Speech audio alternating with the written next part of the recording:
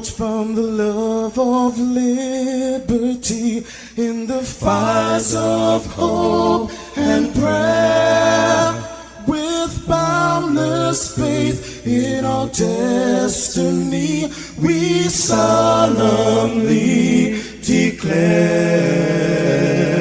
Side by side we stand, islands of the blue Caribbean Sea, this our native land. We pledge our lives to thee. Here every creed and race find an equal place, and may God bless our nation. Here every creed and race find an equal place,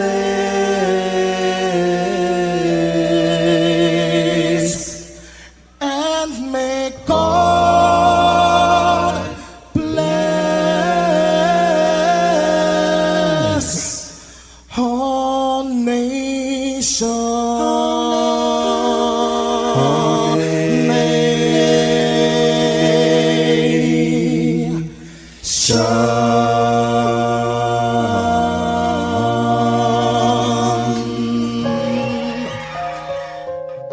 Heavenly Father, we come before you at the start of this new day, giving thanks for life, for health, and the opportunity to serve through this station. We ask for your divine presence to guide us in all we do. Bless this broadcast, that it may be a source of inspiration, joy, and unity to all who tune in. Whether near or far, may our words uplift, our music heal, and our message bring light to those who need it most. We pray for our listeners wherever they may be. Grant them strength for the day ahead, peace in their hearts, and success in all they put their hands to. Cover those traveling with your protection and those at home with your comfort and provision. Lord, may everything we do bring honor to you and be a blessing to others. Guide our steps, bless our efforts, and let this station be a vessel of positivity and hope. In your name we pray. Amen.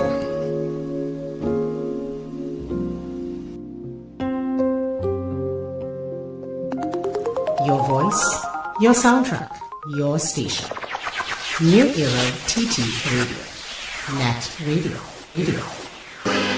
Work so hard every week. Explicit boy. We deserve a party. So tell everybody. And let's get it started. Hey, why yo? Hey, I'm telling you, all work and no play. Me say no way. We don't want no part of that. I need a stress reliever. 2 drinks in my hand and a girl in the middle. That's the how we need to find the middle. For the sake of peace of mind. So the middle of the road is where you'll find me and my friend and them, because we work so hard all week. We deserve a party. We deserve it. Say we deserve it. Yeah, we deserve it. Tell all your friend and them. Tell all the girl and them. Bring all your friend and them. And let's get it started. I say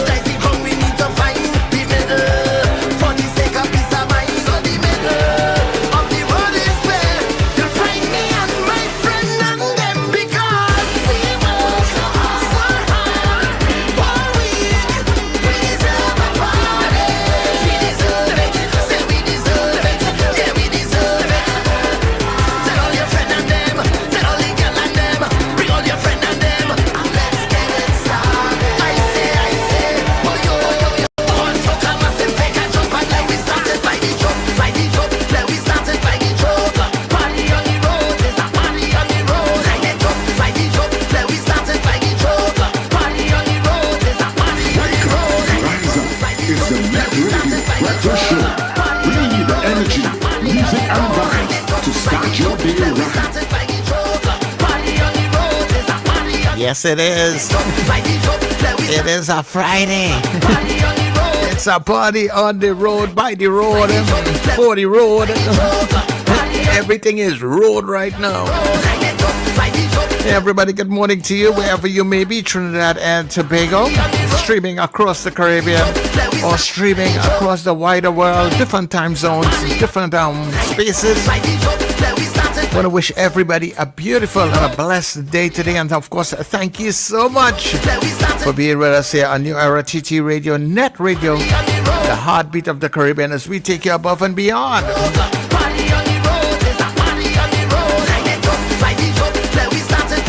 Let me say much thanks as always to the Heavenly Father for bringing us together for another day. Everything that we do, dear God, let it be a blessing, honor to you. PBR, yours truly, Sir Charles. Happy am I to be in your company. As always, yes I am. Yes I am. And I'm even happier because you know what? This is your Get Up and Go. Yes, we welcome you to the breakfast show.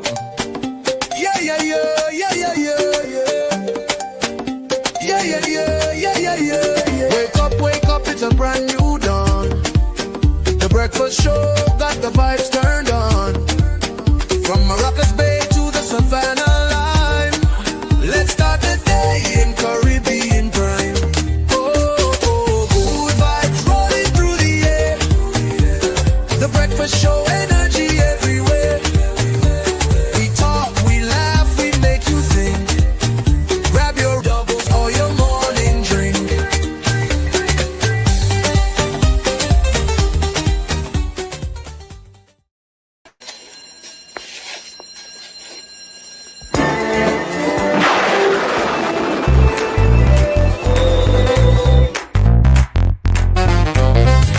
It's a Friday, baby!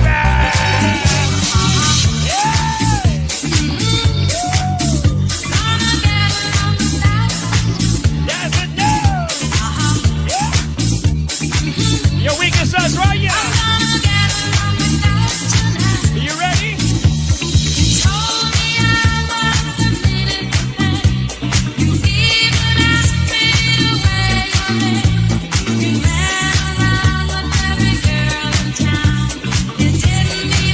Somebody come on, let's do this. Here we go. Come on, yeah.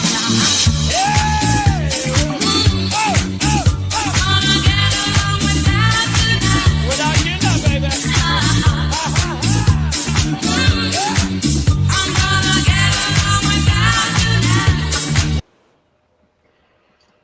You know, we focus on the dancing of that lady, and we've never really focused on the lyrics of the song, how important it is. I'm gonna get along without you now. That's an important piece of lyrics. Must you always bring in your personal life at the beginning of every show? It sounds personal, but this one You know you're moving on. Nice. It is personal. You know. But good morning, Richard. Good morning, Sir Charles. Good morning, Trinidad and Tobago, and good morning, listeners and viewers all over the globe. Yes, good morning to our listeners and viewers wherever you are. And we know you have a choice. So thanks for choosing us. You know, and so good morning, guys. Good morning, Wendell, Sir Charles. It's Friday, people. The weekend has officially begun. Fridays are coming pretty quick now, eh? This month zoomed past. You know? It zoomed away. Speeding into Christmas. Be happy to be in the land of the living. Condolences to those who would have lost loved ones. And I know quite a few. Yeah, some funerals actually this morning. But I wouldn't be able to attend any because I had to go and renew my driver's permit today. But happy birthday to Johnson Noel, Fred Bay, he lives abroad. Simone Salazar, Leonard Abbott, Martin Blizette, he might be back in Jamaica or Canada now. He's Jamaican. Sherry Suku, Sheldon Barron, Laura Kunwa, and my son Michael Louis Stephen is celebrating his birthday today. He is 21 on the 21st. Oh, yeah. Day for a week. He gone. He say, I'm gone. This is his golden birthday? Yes, it's his golden birthday. And you know, he flew out this morning. He gone. And he gone. You are a real man now. You are serious man now. You pack luggage and walk out bright and early not bright and early because it wasn't bright yet. Dark and early this morning. Gone anyway. Gone. Yeah, gone. You know. Well, all the best. Happy birthday. Yeah. I'm happy for him. I'm happy that he's getting to make a trip on his birthday. You know. That's his gift from not me. You know. Yeah. Me for something else, but that was my gift. You know. So I'm happy that he seemed happy this morning. So, you know. Right. Let me also send out birthday greetings to my son who's celebrating his birthday also. He has sat in with you guys a couple of times. CJ. All right. Yeah, Kempton Davis is his name. We call him CJ. And he's celebrating his birthday today. So I want to wish him all the best. Really beautiful human being. And today I think is also the birthday of Mr. Grant's daughter. I think that's what he said in the week. Yeah, I think he said something like that. He didn't say her name, but it's his daughter's birthday today. Yeah. November 21st, 2025. Nice, man. Yeah. And let me also send out condolences to the family of Kwame Patrice. Kwame is a song engineer with a couple bands going back as far back as Destroy. He was a real staple in All Star Spaniard. Doing all stuff, putting together things for them. So condolences to the Patrice family, and one of our DJs here is his brother, which is Keanu, Mr. Flavor. So Keanu, condolences to you and your family at this time on the passing of Kwame. And of course, Corey Pascal also, I take the opportunity to share that because he and Corey are like real good buddies, you know. But yeah, a real live wire. All right. Going to the great beyond. Yes. Today is, as I said, some funerals. Corey's mother-in-law, Arlene's brother, another guy from St. James who passed away recently from Coronation Street, which is just after me. Mr. Bunting passed away. His funeral is also today. You know, a real stalwart in the St. James area. He also passed, and his funeral is today. Yeah, and also as we in that let me also say Mano said to tell you guys thanks for sharing the information about his brother. And I think that takes place on Sunday. He said in San Fernando. So I suppose that you think it will be cremated, right? In San Fernando. I don't know which area in San Fernando. I didn't get that information yet. Somebody shared that, you know, and I saw it, you know. And I said Sunday for a funeral. I said that was kind of different, you know, but his funeral is Sunday. Parmanan Yana was his name, aka Pancho. Yeah, Pancho. Yeah. Yes. They had quite a bit of deaths lately of people who we know personally, you know. But let's let Richard do good news now before he freezes.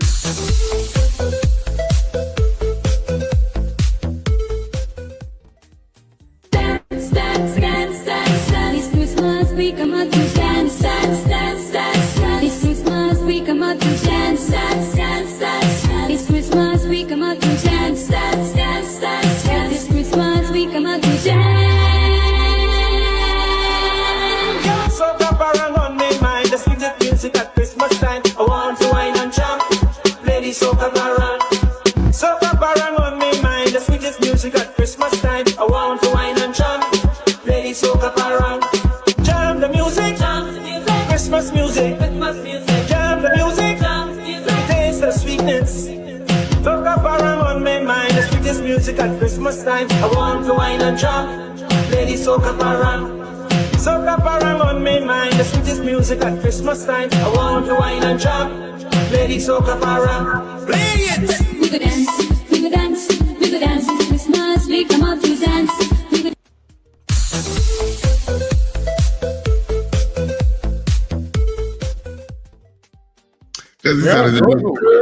For the spin, looking good.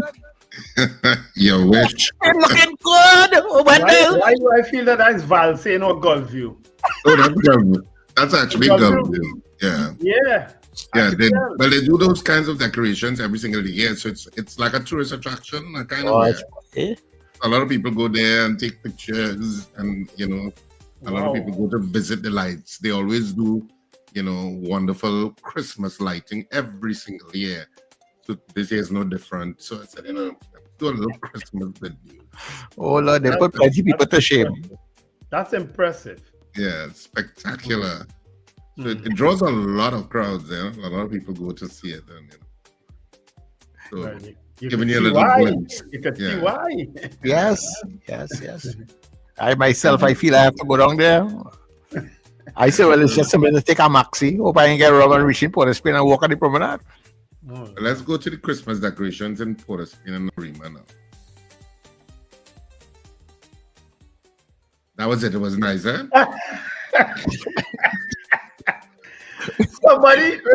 Somebody actually said, because I shared the video of the Trinity Mall that you spoke about. Somebody said it's a message, it's a theme. The Grinch who stole Christmas. That's why all the trees look like the hat of the Grinch, where they're bending at the top with the ball on the thing. It's a theme. Whatever they need to justify that travesty. Yes, I saw that video. Oh my God. It's a theme, Richard. The Grinch who stole Christmas. I mean, whatever they need to justify it, go ahead. It just looks very sad. Yes. And if you're doing Grinch that stole Christmas, there are much more spectacular ways you could do it than that. Because Christmas decorations in any mall is about being spectacular and about being something that children are wowed by, and the adults, the child in the adult, being wowed by and wanted to take pictures and stuff. Christmas tree look like it would What they got? If that was a serious concept, how would there ain't Christmas tree anymore? Yeah. What happened, Richard? And somebody, I'm reading through the comments, is that they got it. It went viral, and so people now started to go to Trinity Mall to see this thing. Be curious, right? You can believe no. It mushroomed into a business, a commercialization of the places in the mall and so on, because people went there just to film these trees. These withering trees. These sad trees. They're withering, huh? They just started. They waited with one Christmas decoration. You see Christmas tree, the head bowed down. Like, oh my word, that looks so sad. Yes. It's a sad moment anymore. I seen that. But if you really look at it, if you think about it, the hat of the Grinch is just like that, eh? The hat of the Grinch who stole Christmas is just like that, just like how those trees look, eh? Whoever come up with that idea to convince, it has some people that's real good at convincing people. They can sell ice to Eskimos. Those kinds of persons. We know Trinity Mall is going through a difficult period. You didn't have to shove it in our face like that. Yes, to let us know things bad. Oh my God. Well, maybe that's their way. The management. We already know it because you could tell it's going through a difficult period by a lot of the empty stores. That entire area where they used to have a lot of stores on the curve, just where Benihana used to be. Remember Benihana? Yes, and there was an Asian buffet right there. And Traders Jack and Rustica and all of them that used to be right there. All of that is completely empty and shuttered. Completely empty. It's sad because I love Trinity Mall. I too. I was at Trinity Mall rat. I was always in Trinity Mall. And there's still a lot of people that go to Trinity Mall because there's still stores Yeah, some major stores are still there. Some major stores are still there. So you still anytime I go to Trinity Mall, it's not empty. A lot of people are still milling around. Yeah. So it's probably a good investment but you need to spend money to revamp it. You know when you're going through like when workers are protesting, you find that they might do that. I wonder if it's the store owners come together and do I become management and wanted to put out any money. Well, that's what I'm saying. Maybe they're trying to send a message. You know, maybe management was saying it must be too much money to decorate the mall. Yeah. So I don't even know if they still have a buyer because I think it's back on the market, isn't it? I think so. I think the last buyer was reported. Yeah, I think so. The last buyers, and I think they're paying. It was a group of businessmen, I think, and they were paying like something like $500 million for it or something like that. Yeah. But I remember reading somewhere that sale fell through, or I can't remember what happened. I'm not so sure what the status not too long ago, right after the elections. Yeah, I'm not so sure what the status is at this point. Yeah, I don't know what the status is. Yeah, but you need to spend some money. Whoever takes over that mall will need to spend some money revamping it, and people will flock back. I mean, people are still there sometimes when you're passing endless cars. I mean, because the cinema is still functional, and of course there are a lot of stores inside there that are only entrance to the mall. Yes. So there's still a very vibrant Pennywise inside of there.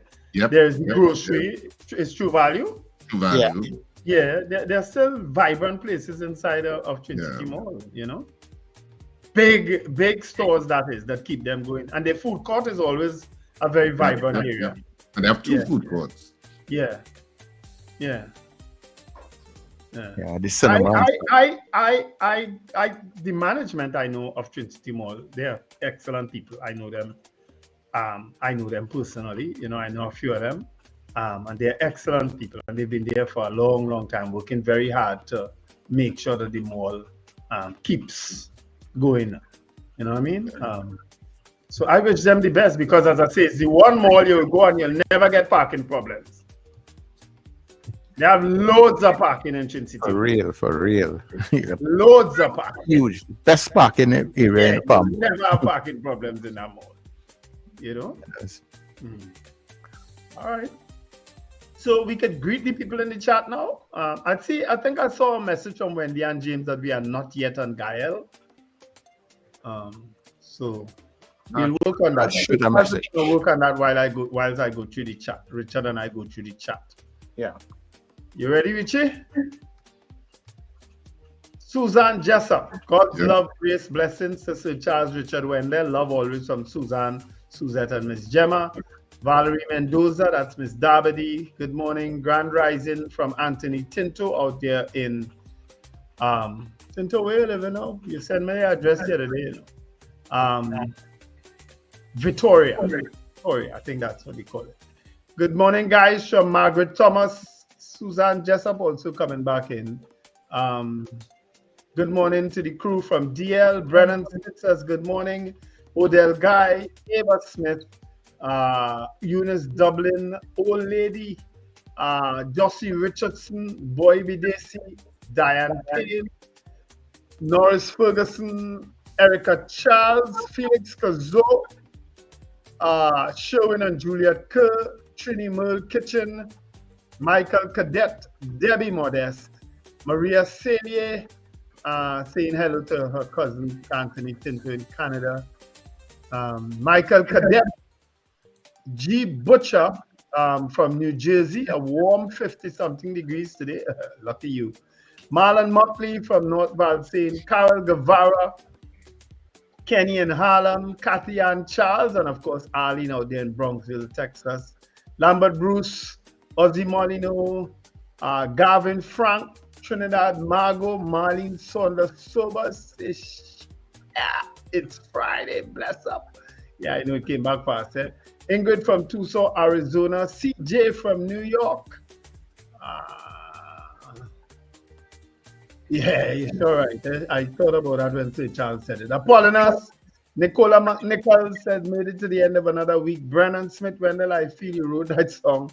Stephen Harper, blessed, fantastic Friday to all, and he will be welcoming you all at Rumbok later. Lester Cradwell, courts have lied already. You saw that sale that courts advertised? Somebody said it to me. 72-inch TV between 6 and 8 this morning for $4,800. A 72-inch TV. Wow, I could do with one of those. If anybody there in the line now in courts and think you buy TV for me, I'll refund you. But you know, I couldn't make it. The sale is between 6 and 8 this morning. It's Black Friday sale. Right? What is the brand of TV? TCL, I think I see the brand. You know, but you know there are all different kinds of TV now, right? Plenty. Apollonius is laughing at you, Richard. Manuela Peters, Scorpion Pepper, Margarita Chow, Victor Thongs, Beauty Culture, Scorpion Pepper says happy birthday to all. Gillian Dick sending birthday greetings to her cousin in New York, Melvina Dick. All right, so happy birthday, Melvina. David McCarthy also says hello. Rena Buru Jennings, Slick Money Grip. Scorpion Pepper is in Toronto. If I knew it was in Toronto, eh? If I only know it's Toronto it was in. Anyway, enjoy. I know Toronto is cold. It had snow the other day. Sankofa said bountiful birthdays to Michael, CJ, and all celebrating in November. Mike, yes, he was counting on to that 21, eh? And as I say, he gone first thing this morning. But CJ's birthday is not in November. No, I didn't. CJ Charles' son. Yeah. Oh, that CJ. Kenton, but he calls him CJ. Okay. Yeah. CJ also sends birthday greetings. Sankofa, Beauty Culture's birthday greetings. Nicola McNichols' birthday greetings. Dave Kosai says good morning. Margarita Chow is also sending out birthday greetings. Scorpion Pepper, we are going to play that clip when we interview the head of the Route 2 Maxi Association in the next hour. We do have an interview for you today. We got on to Brenton Knights, who is the head of the Route 2 Maxis. Hilary Zan says good morning. Sankofa sending condolences. Deborah Noel Surrett, Ava Smith sending birthday greetings. Some more comments. Florence Bazi saying good morning, guys. Bernadette and Nelicia Yates also saying good morning. Carol is sending birthday greetings. Patricia Defoe, Alistair Hart is also saying it's a beautiful decorated house in Gulfview. All right. Michael Robinson from Yokohama, Japan. Michael Oliver, Wendy Ann James. Who else? Helen Prescott says it's a message. Yeah, I think it is. Mrs. R is saying, is my mall you're bashing? We'll never bash Twin City Mall.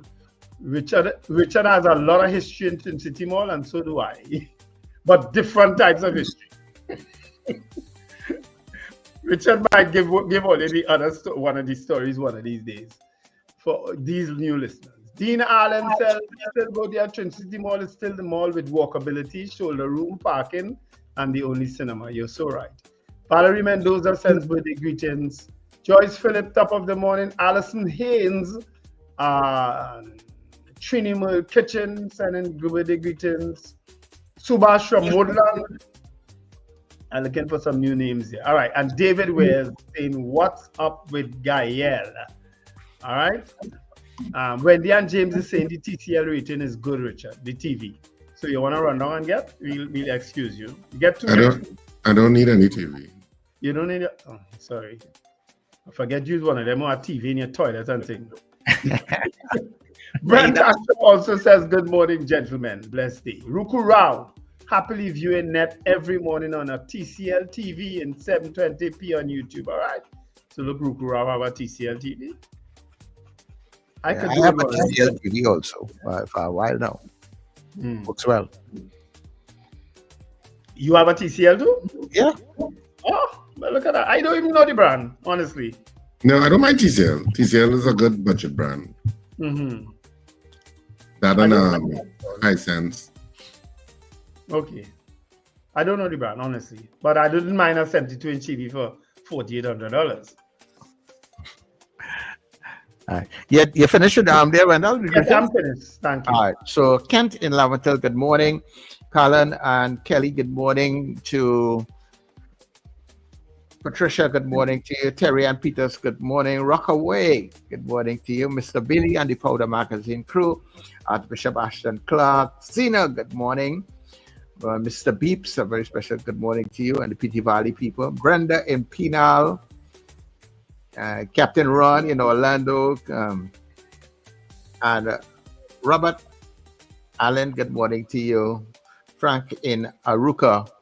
And of course, Pauline and Foxy, good morning to you all. And well, I can't say good morning to the Gal people if you're not there, but just in case all you're back there now, good morning to you all right?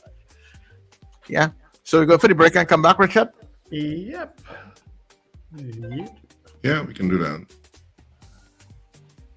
Charm Flair Auto Services Limited, your one-stop auto repair shop. Located at number 1 Industrial Lane, Charm Flair, right opposite the brewery on the Eastern Main Road. Yes, we do it all. Repairs to all makes and models, from your everyday sedan to SUVs, light trucks, pickups, and panel vans. We're also the sole distributors of Davanti tires, certified VTS inspection station, plus a wide range of services, oil change, front end and suspension repairs, tune-ups, tire alignment, batteries, electrical work, radiator and cooling system, AC repairs, and accessories galore.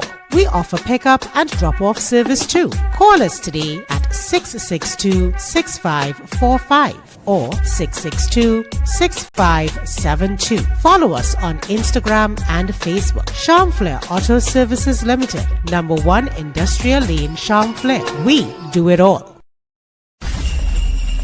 There's no Christmas like Christmas on New Era TT Radio. Oh, how I wish I were a child again, where poinsettias keep reminding you. Christmas is family. A Christmas gift of love. It's the kind of gift a man enjoys. Christmas is love. Have a Merry Christmas, my dear, and have a Happy New Year. Merry Christmas from all of us here at New Era TT Radio, NETT Radio.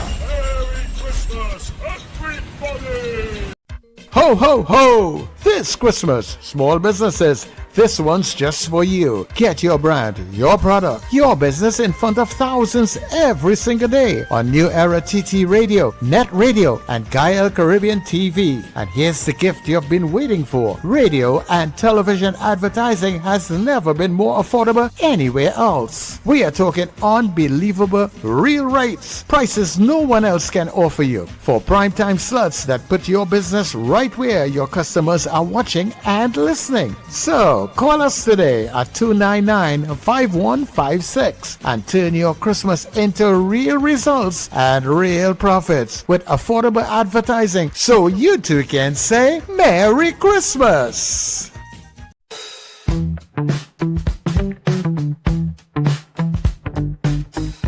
S&H Rumbox, 137 Western Main Road, St. James, for all your retail and wholesale needs for alcohol and non-alcoholic beverages. Call us at 686-0599 or visit us at 137 Western Main Road, St. James. S&H Rumbox, drinking out of the box.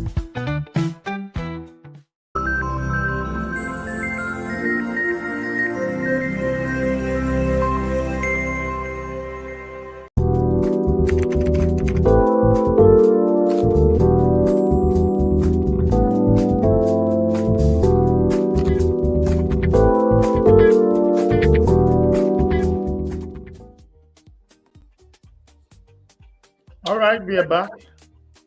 And I guess we could get straight into the newspapers. Richard, you have them or you want me to read? No. You'll have to do it online digitally today. No problem. Today, of course, is Friday, November 21st, 2025. Family urges rescue probe. That's a story on the relatives of Natalia Noel. Used car import age increased again.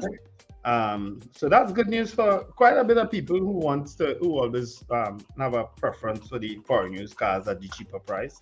No write-off. West Indies head coach Darren Sammy speaks. Also in the news, weed bust at Bond. Of course, that's the story concerning the police officer standoff in a bit. Workplace, so it was weed. It wasn't guns and ammunition, right? Workplace betrayal, co-worker caught on camera. That's a crazy story. Retiree hides $42,000 in cash, jewels in the pocket. Thief finds it. That is a crazy story, Wendell. All of these stories are crazy. You know what? Because people, if you go to an advertise, maybe a given price, not a free ad here, but I'm sure other places are. There are safes you could buy, the combination, really sturdy safes that nobody could just lift up and go. All right? Unless they come with somebody or unless they're real strong. Invest in one, to safeguard your stuff. I mean, $42,000 in cash for a retiree to lose at this stage in life, it's very hard. Right? Couple robbed beat midnight attack at Safe Park, and Hilux taken by gunman in Couva attack. All right, so all these are crime stories actually. All right, those are the ones that are trending in today's Express. All right, thank you. All right, the news day for this morning. I'll go straight into the news day. And of course, the main story, Munilal upbeat about gas supply as BPTT completes a Cyprus project. SIP. Is it Cyprus? Pronounce it SIP. Okay, SIP project. CYPRE for people who wanted to know how it was spelled. Almost like Cyprus. Yes, but it's pronounced it. But cut off with no S at the end. Yeah. Flash flooding in Penal. Corporation says mitigation works coming. Cabinet amends import restriction on vehicles to 8 years. Reason Maxi robbery leaves commuters uneasy ahead of Xmas. Dennis, PNM will fix Tobago's poor customer service. And quarry operator Guerra arrested under SOE regulations. Commission of Police, TTPS helping shape next generation of men. And Cabinet amends import restrictions on vehicles to 8 years. And High Court rules in answer merchant banks $30 million fraud case. And Warner, Trinidad and Tobago saved from World Cup shame. And that's it basically. I don't know why you would say that though, because I mean the joy is in getting there. I mean you could get licks after that, which is what happened with our last thing there. Yeah, once you get there, you touch the grass. Yeah, why is it saving us from shame? I'm not sure why you mean like that. Anyway, that's what doctors get you sometimes. Go ahead, Sir Charles. Okay. So in the Guardian today, HGC to end 50 maintenance contracts signals more job cuts to come. Businessman Danny Guerra arrested as SIU officers execute PDO. Police boost PBR checks after daring daylight robbery on Maxi Taxi, and Transport Minister don't know anything. Stand your ground law heads to Parliament today. All right. Pandey tells government that is Michaela. Country should not depend on U.S. troops to curb crime. Christmas THA elections constitutionally impossible, says Augustine. Gonzalez accuses UNC of trying to sway St. Vincent general elections. And analyst calls for fixed election dates in Tobago. So the headline. What did Farley Augustine say about Tobago there, Sir Charles? What was that headline? He said Christmas THA elections constitutionally impossible. Oh, I think it's between 60 to 90 days they have once they dissolve the THA. So he has some time. I think all the way up till February or so. Yeah. Okay.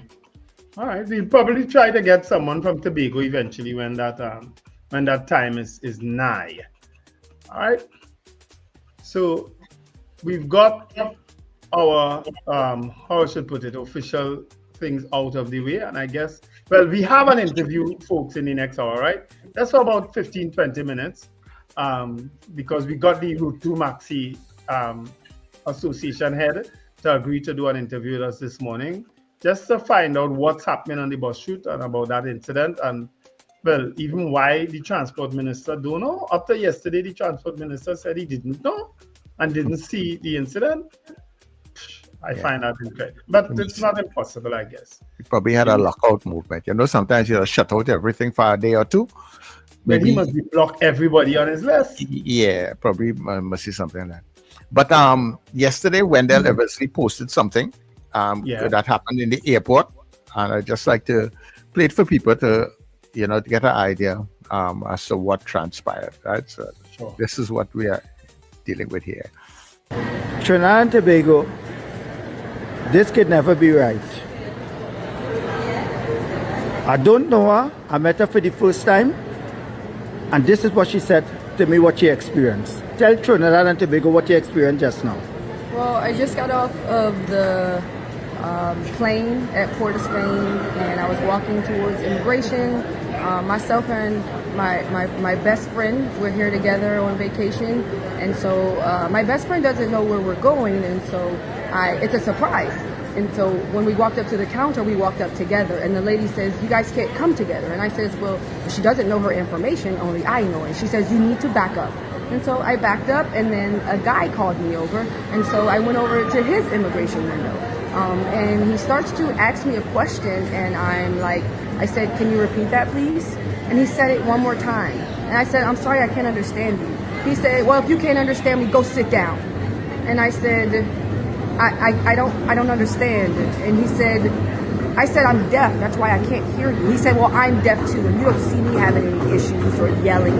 And I was like, "I'm not yelling. I may be talking loudly because I can't hear you, but I just don't understand what you said." He said, "Go sit down and calm down, and then I'll come and get you when I'm ready." And so as I was walking to go sit down, another immigration officer saw me, and she said, "What's going on? What's wrong?" She says, "Come with me." She walks me back over to him, and she's now translating for me as he's asking the questions. He says in the middle of him asking questions, he says something about that I need to be respectful to the immigration officers. And I said, "I would never be disrespectful. I absolutely am being respectful to you. Like I'm just telling you that I can't hear." And so when he was finished asking me the question and the lady translated, he was asking me where I was staying on the island, but I couldn't understand him. And so she translated, I answered the question, and then I said, "You speak about respect, but you're not being respectful to me. You're laughing at me, when I tell you that I can't hear." And he starts to laugh again. And then he tells me to sit down again. So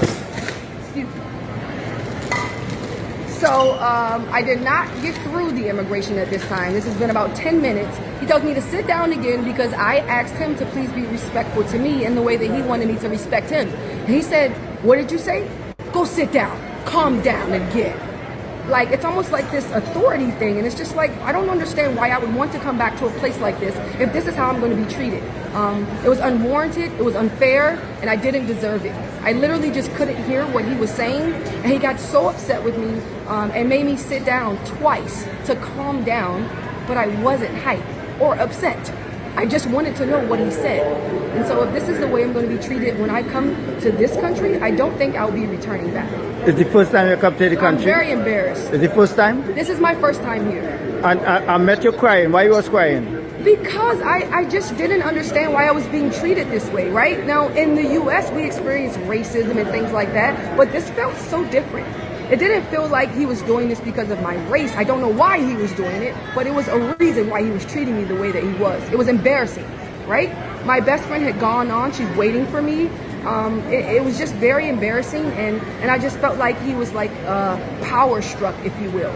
He was just using his power to embarrass me and to treat me unfairly. And it wasn't fair. It was unwarranted. I didn't deserve it. I'm sorry you experienced this, but I want to apologize to you. Thank you. First time you come in the country, for what you experienced through immigration. I'm sorry that you tell him that you couldn't hear properly because you have a problem in hearing. Yes. And he laughed at you. And I don't think our immigration officers should be laughing at people. I don't think so either. Okay then. Thank you so much. All right. Yeah. I saw that yesterday. I saw that on social media yesterday from Wendell Eversley. Yeah, and it's a very upsetting customer service experience, and especially coming from immigration officers. And we have talked about immigration officers on this show before, in its previous forms, and how some of them can be so gracious and wonderful, and then some could be so abrupt and bureaucratic and unfriendly. You know, so, and it's very lucky to draw who you get. And we have talked on this show, and I think we even spoke to ministers of national security about whether there needed to be some level of intense customer service training for immigration officers. And you know, they always give us politician answers, which really means we are doing one, you know, I was going on that road. All in the way I was going. Yeah, I was going by Castro's. The political, politicians are talking away that yes, but they're really talking what I call bush. You know, like when you get bush when you're playing cards, it's just bush cards you get. They're talking bush. Because they're not, it really means they're not going to do nothing. They're not going to do anything at all about the issue. So they in the interview, they will talk, blah, blah, blah, blah, blah, blah, blah, blah, blah. And as they finish the interview, they forget about that and they go on to whatever their day is. And to me, I don't know that it's ever properly been addressed. Yeah. Now, my experiences, I've always had good experiences with our immigration officers, and I've met all different types. Male officers, female officers, young officers, because I interact a lot with them. And I've never seen them, even whilst I'm there. Sometimes there's a long line because there's only one there or two there. I've never seen them interact roughly with people. I've seen them send people back to because they've not filled out their forms properly. Or you understand? I've seen them do that. You know, go back and fill out your form and come back to us. I've seen that. However, I am assuming too that she would have gone on the side with visitors. Of course, I would never have interacted on that side. Yeah. You know, but it just sounds like an unfortunate incident that she would have experienced because maybe she has a difficulty hearing properly, where he didn't recognize that and may think that she was just being loud to him. But people who have a problem with hearing naturally speak loudly, yeah? You understand? So maybe that is what he picked up on and thing. But it just... But even after the other person intervened and was able to translate for her, and he should have picked up, well, okay, well, Mama, I'm sorry. Yeah. So he continued with his ridiculous behavior. And I'm hoping that that those who are interviewed will see that and find out who that person is and all that treat people differently. That man. Yeah. Ain't good at all. Not for Trinidad and Tobago, our first entry point. Come on. Yeah. Mrs. R, there are people who have difficulty hearing, you know. They may not be completely deaf, but they have difficulty hearing. Yeah. They have a hearing impairment. You understand? Yeah. So, and they speak loudly. They will they'll try to get closer. Or she may actually be having earplugs or something to assist her. You never know, you know what I mean? It happens, but it's just an unfortunate incident, and I hope that that someone will reach out to her, because as I said, immigration officers in the main, I think, are pretty thorough and pleasant, you know, and they kind of want to get through people fast. And there's always somebody at the top of that line coming to you, making sure your form is filled out properly, sending you onwards to the officer. As I say, I've never had a bad experience, and I pray God that people don't. You know. All right. Well, we are at that point. With that crafty poll now, and and people will open the lines to take your calls to 811-1315 or 299-5156. So you can get in on the show, and short, we will get that poll for you today. Good morning to you, caller. Hi, good morning, Mr. Charles. Morning, Dabity. Happy birthday to CJ.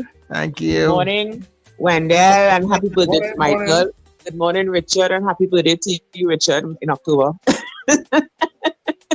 So, today, I believe there are, let me tell you how to put it.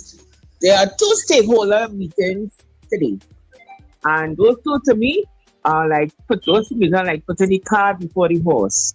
And the first one is the one that's supposed to be with the carnival, concerning carnival and meeting with stakeholders, which should have been done before all this banning and arrogance and so on. That should have been done. But they want to put the cart before the horse, as I said. They want to have a meeting today after you talk about the banning. And the other one is with the CPO and the PSA, which is really something that is normally done. But of course, Ms. Felicia said otherwise, right? So I hope she's going to that meeting today because she said she already knows the state of the economy. So if you already know something, but that was in 2023, so in 2025, so of course, the state of the economy had to be a little worse off than it was 3 years ago. So I hope she attends that meeting. And the other thing is, I saw last night on social media where they arrested the guy, Mr. Guerra, I think it is, from the quarrying. All right? And I didn't know that is the guy who owned, there was a time, such as I don't know if you remember, there were a lot of homes of for sale, DG homes or something, advertising. That's the person who was selling those homes, the guy from DG Home, Mr. Guerra. So I said I saw where he was arrested. But I remember hearing the president of the quarrying, whatever association, he said nobody has a license, but yet still people are doing quarrying. So how come they haven't locked down or shut down all the quarrying that is taking place in Trinidad and as well in Tobago with the Sudley Park?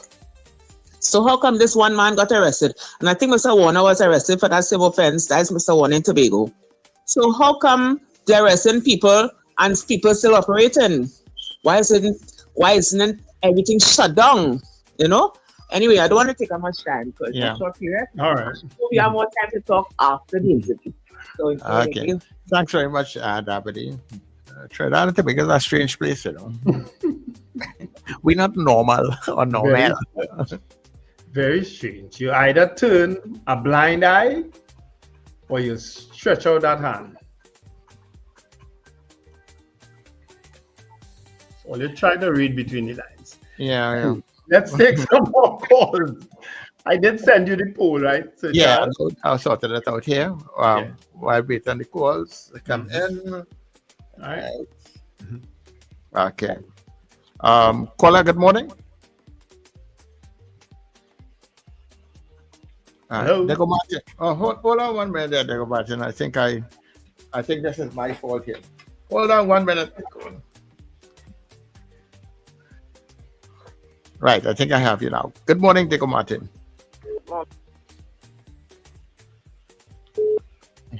Yeah, Dego Martin, go ahead. Yes. Is she having phone problems? I don't know if it's on my end. All right. Well, let's take another call now. Yeah, that's right. The other line. Mr. Dego Martin, call me back. I'm not from Gael yet? Yes, we are. When the end message to say we are back up. Yeah. Good morning, caller. Yeah, gentlemen, morning. I think it's from the youth element reading the headlines that they said that the Guerra guy was arrested under the SOE regulations. So it might not have nothing to do with quarrying. It had to do with specifically SOE infractions. Of course, I guess the police will be free to say what that is once it's under the SOE, but once it's under the SOE, it could be so much things, right? Yeah, true. And they ain't gonna say it. Yeah. Two, the thing about the increasing the age for imports of these not roll on roll off again, right? Foreign news is this. And then every 5 years, they are over 5 years, they are inspected. Yes. So if you're importing vehicles older than the 5 years, to me, that is an increased cost in terms of any reduction because you're bringing older vehicles. Because it means that you have, at the point of licensing the car and all that, have to inspect the vehicle one time, and licensing doesn't do that. So is it that you would have to go and get the vehicle inspected and then come back and register it? I mean, that makes sense. That is why the 3 years was after, or even the 6 years. And even if it was 6 years, you still have to go and inspect because the law says that once a vehicle is 5 and older, you must inspect it every 2 years. So is it that they're going to change that law as well? Well, let's see the kind of thing that happens when they make ad hoc populist decisions without thinking properly. It's all well and good to increase the age, but you have a law in place that says 5 years and older must be inspected. So I don't see that being a help for anybody. It might be more of a hindrance anyhow. Take care, gentlemen. You make an interesting point. I don't think it's that big of a problem. No, but he makes an interesting point. Is it 5 years from the date of registration here, or 5 years? No, it's date of manufacture. It's date of manufacture. Okay. All right. But what I'm saying, I am sure that foreign news people would have their connections on how they will get those inspections done. Some may even have their own inspection yards because they also service vehicles and stuff, some of them. Yeah. So some of them may be vehicle inspectors themselves. Mm-hmm. So I'm just saying I don't think it's that huge a problem because how much is it to inspect a vehicle? About $300. So you're adding on that $300 to the cost of the vehicle, but the vehicle is still older. Yeah. So it's a negligible add-on in terms of the overview of the cost of a vehicle. All right, 1 minute there, guys. Trinity, good morning.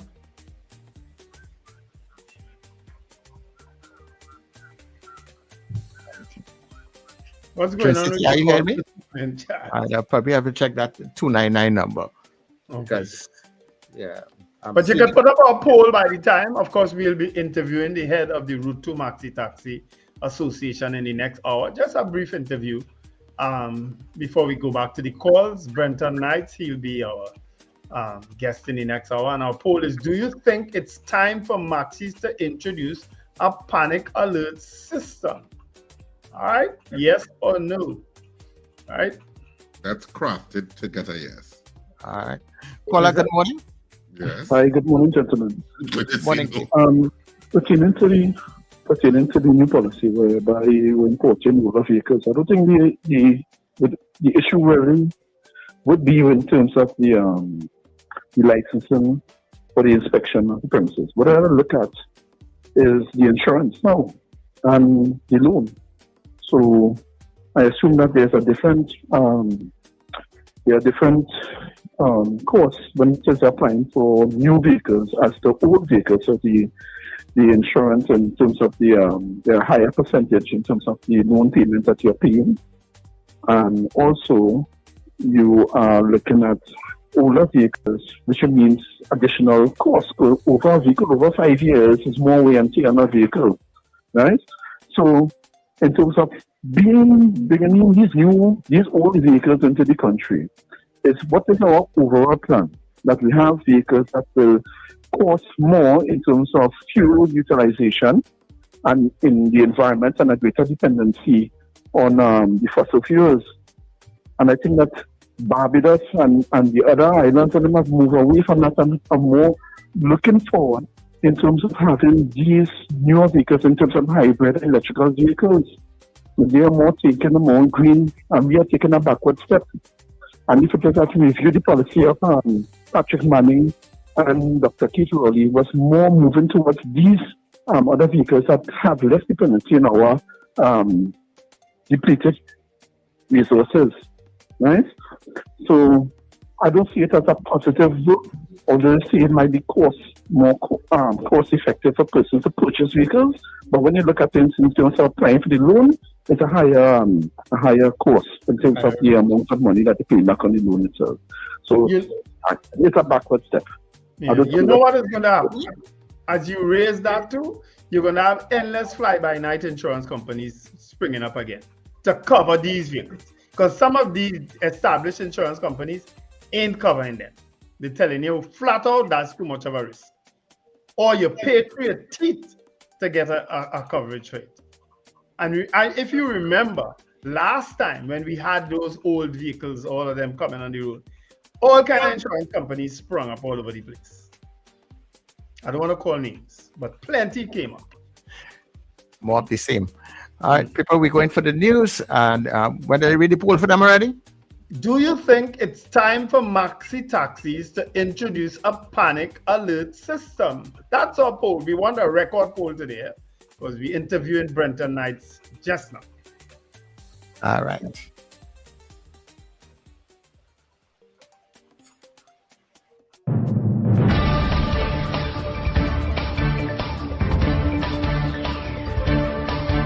The news you need, the clarity you deserve. Local, regional, global. This is Net Radio News Now.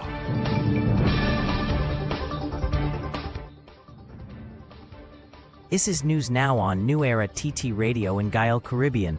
I'm Derek. Good day. Trinidad and Tobago join the global community in marking World Children's Day, under the theme My Day, My Rights. Prime Minister Kamla Persad-Bissessar said the day is a reminder that every child deserves dignity, protection, and the freedom to shape their own future. She reaffirmed her government's commitment to children's safety and development, quoting former UN Secretary General Kofi Annan, who said there is no trust more sacred than the one the world holds with children.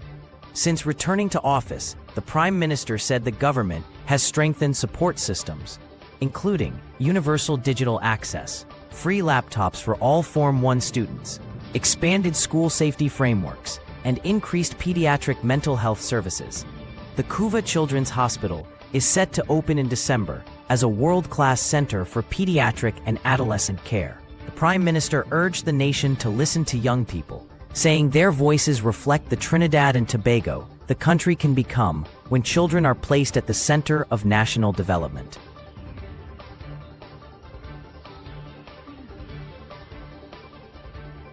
BP Trinidad and Tobago has announced the safe completion of its 7-well Cypre drilling program, following the delivery of first gas in April this year. In a statement shared on November 20th, BPTT said the Cypre development ties 7 wells back to the existing Juniper platform.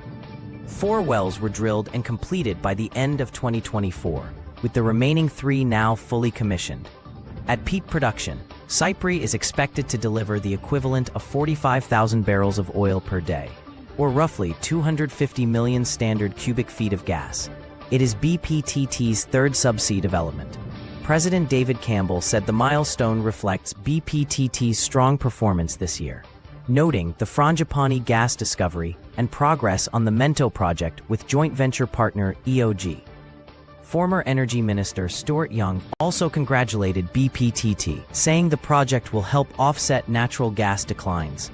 Cypre is located 78 kilometers off the southeast coast of Trinidad and Tobago, in the East Mayaro block.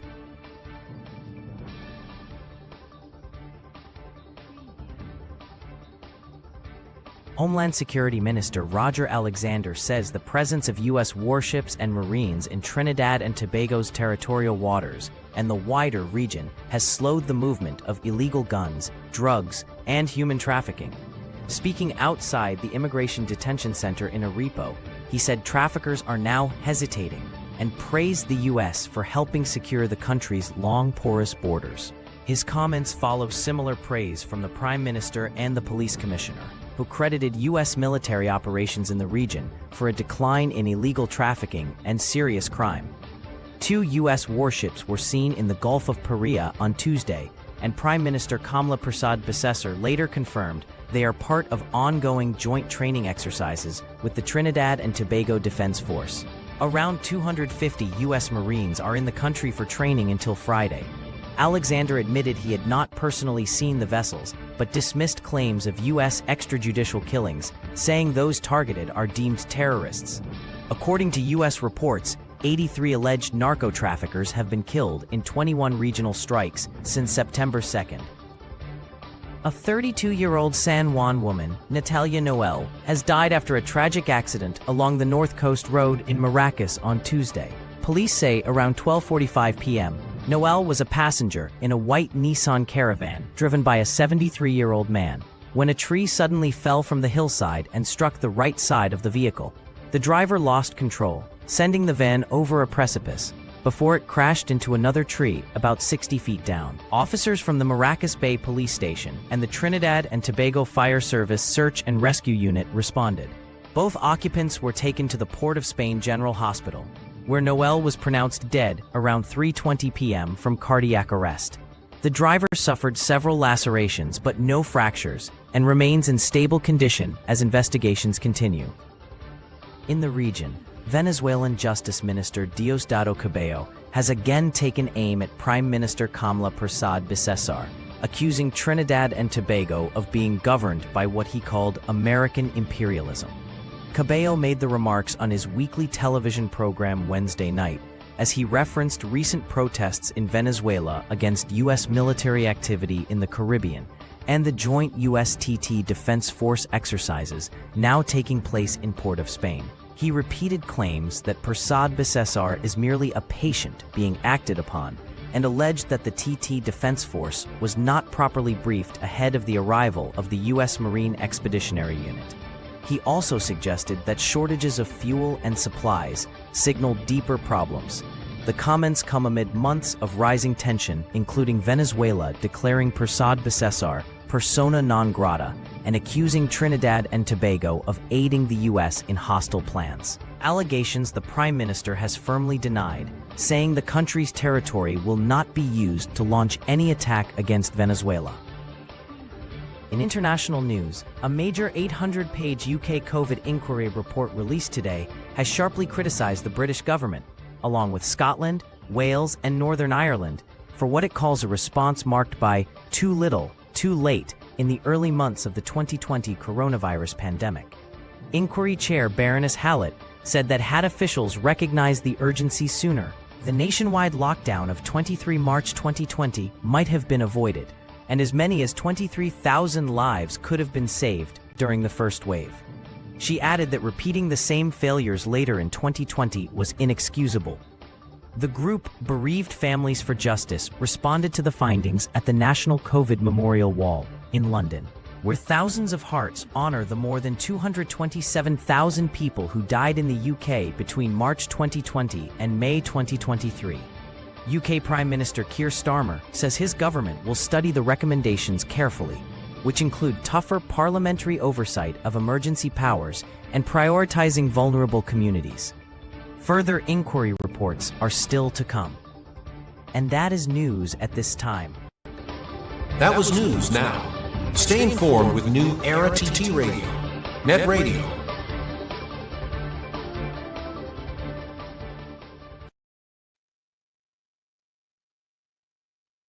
Got better. Join Sir Charles for the mid-morning mix and mingle, where good music, real talk, health, and family matters come together, and your voice is heard.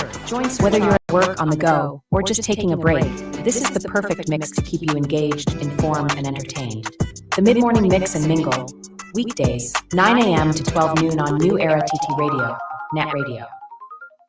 Morning vibes, fresh energy. This is the Net Radio Breakfast Show. Merry Christmas, everybody! Pop bass and guitar, tune up from A to G. My favorite time is on Christmas time when I get up and I'm ready. I cock my hair and I listen, parang they rub them start the song. Before the top man and tongue, stop passing out and I'll go parang music nice, nice, nice. And it's sweet, sweet, sweet. And I love the vibes. And I love the beat, cause the music nice, nice, nice. And it's sweet, sweet, sweet. Make me feel to dance and move up my feet. I want to go a little parang fast. I feel to hit a little parang fast. I want to go a little parang fast.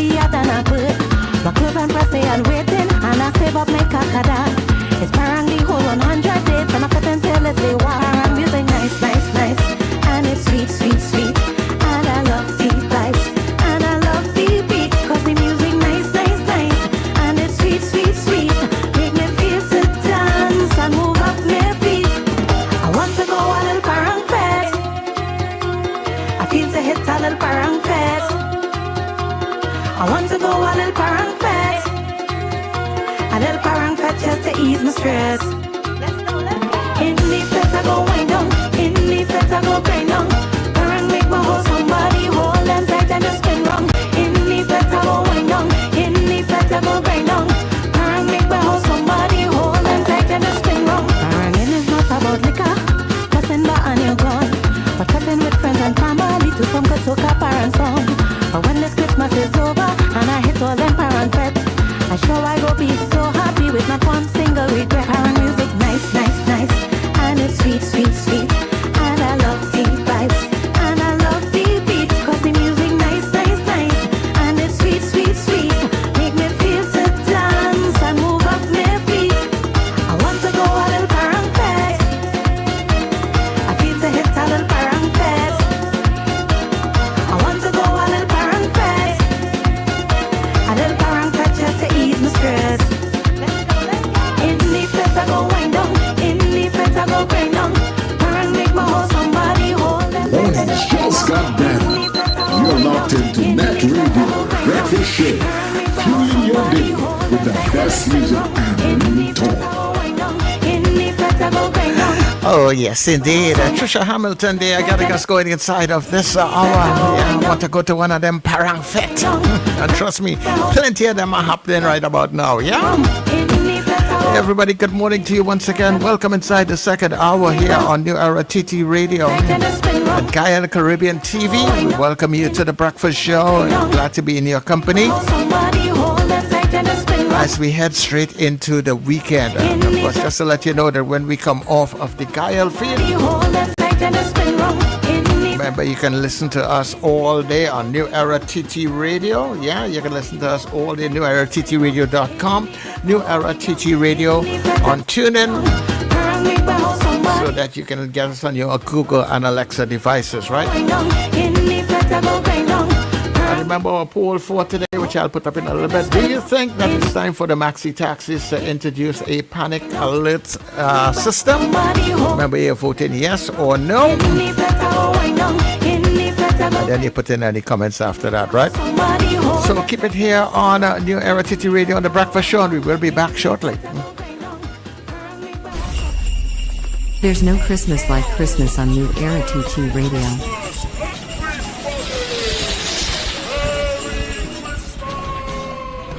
The other day, I went Venezuela, and I fall in love with a senorita.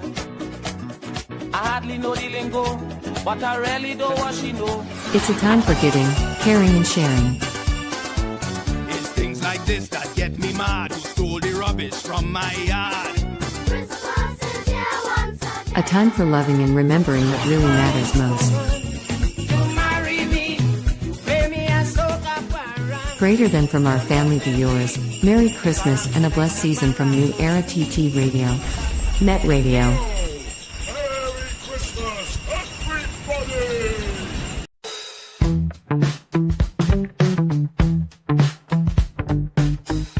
S&H Rumbox, 137 Western Main Road, St. James, for all your retail and wholesale needs for alcohol and non-alcoholic beverages. Call us at 686-0599 or visit us at 137 Western Main Road, St. James. S&H Rumbox, drinking out of the box.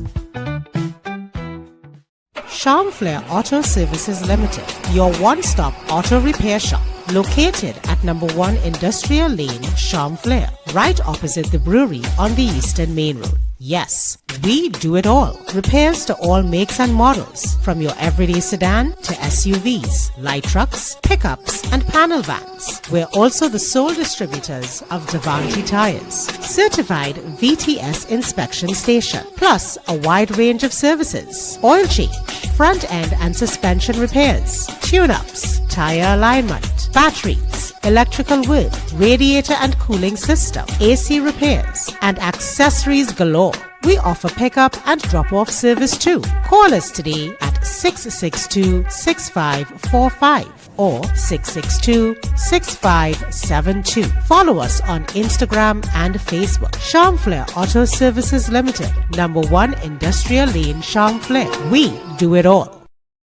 Ho, ho, ho! This Christmas, small businesses, this one's just for you. Get your brand, your product, your business in front of thousands every single day on New Era TT Radio, Net Radio, and Gael Caribbean TV. And here's the gift you've been waiting for. Radio and television advertising has never been more affordable anywhere else. We are talking unbelievable real rates. Prices no one else can offer you for primetime slots that put your business right where your customers are watching and listening. So call us today at 299-5156 and turn your Christmas into real results and real profits with affordable advertising so you too can say Merry Christmas.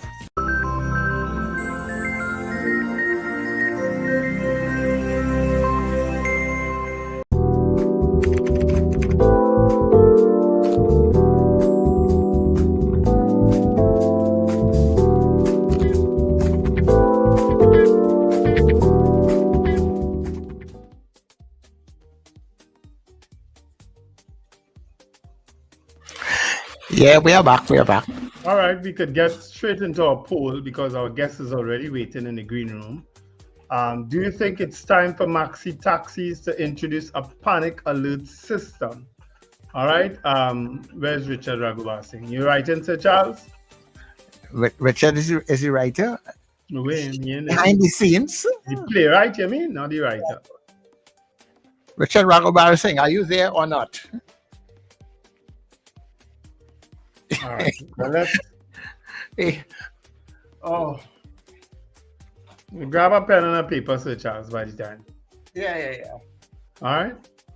So, do you think it's time for Maxi Taxis to introduce a panic alert system? Miguel Gonzalez says yes. Nicola McNichols, yes. Mrs. R, yes. Gregory Boyer, yes. Apollina's, yes. Scorpion Pepper, yes. Kazim Mohammed, yes. Coated Finch, yes. Slick Money Grip, yes. Marlon Motley, yes. Michael Cadet, yes. Ava Smith, yes. Margarita Chow, yes. Joyce Phillip, yes.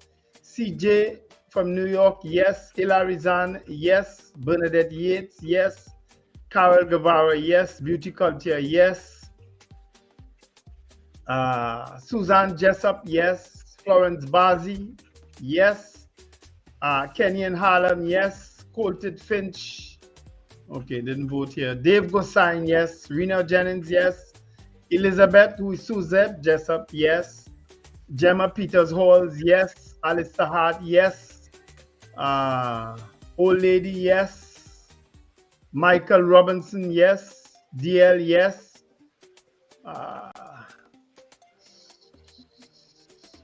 Bridget Buchanan, yes. Terence Roach, yes. Eunice Dublin, yes. Brennan Smith, yes. Deborah Noel Surratt, yes. Diane Payne, yes. Wayne Joseph, yes. Trini Merle Kitchen, yes. Sankofa, yes. And Cheryl Henry, yes. Those are the votes I have. All right. So on the WhatsApp here, hold on. Right. So we have Dabadi saying yes. Brenda saying yes. Frank saying yes. Carla Robertson writing. Zena says yes. Long Islander says yes. So 1, 2, 3, 4, 5. Then I go along. Sandra says yes. Dre says yes. Pauline says yes. And Sean says yes. All right. And I just have two more. Carla Hercules and Michael Eastman both saying yes. All right. So we could close off there. Well, it's 100% yes. Yeah.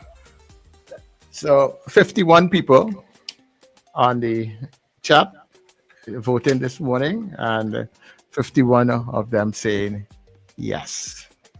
All right. Unanimous yesterday. Yes. So Maria Celia and Brent Hatcher also came in. So, all right. So that's it for our votes. Unanimously, yes. And when we interview the head of the Route to Maxi, maybe they already have something in place. We'll find out in a short. All right. So let's. You want to play the clips, Sir Charles, or you just want to play the second clip? Which one? couple of or the transport minister. Yeah, play that one. This first one have some obscene. Oh gosh, no. So you can just play the second one. You can just play the clip for the transport minister. Transport minister. Yes. I have a little time to get it inside here.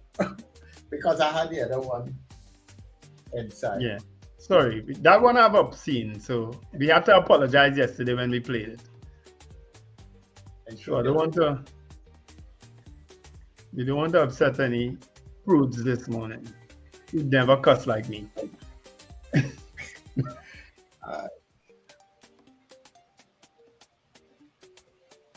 Mr. Brenton Knights, just hold on a second. As we spoke, as MP Morris spoke about crime and going down, we saw on the bus route a video. I don't know if you saw it at all, but there was a robbery that had taken place on in a red band maxi. Persons were robbed. It seemed to be an aggressive altercation, and it's gone viral, of course. Any comments to apprehensive people? I spoke to one man who said he uses the bus route on a daily basis. He travels and he's afraid. What message you have for the population and any feedback that you can provide as it pertains to potentially more patrols, for instance, of the TTPS on the bus route, that kind of thing? I have not seen the video. I can't speak of persons being apprehended. Direct those questions to the Minister of Homeland Security. But regarding on the bus route, the transit police, the traffic wardens, and other authorities do patrol very often the bus route. So you have no information as Minister of Transport that there was a robbery that earned national attention? At this moment, no, I have not seen the video, ma'am.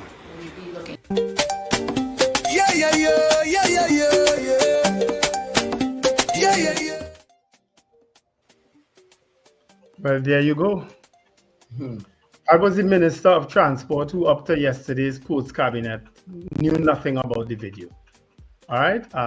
But he did say that transit police and traffic wardens patrol the bus route regularly. Well, none of them passed during the time of that robbery, which was a short period, but none of them passed, unfortunately so. All right, so let's bring in Mr. Knights, head of the Route 2 Maxi Taxi Association. Good morning, Mr. Knights. Good morning, everybody. It was kind of awkward saying that. Good morning, Mr. Knights. It was kind of awkward. After I said it, I said, well, why did that sound awkward?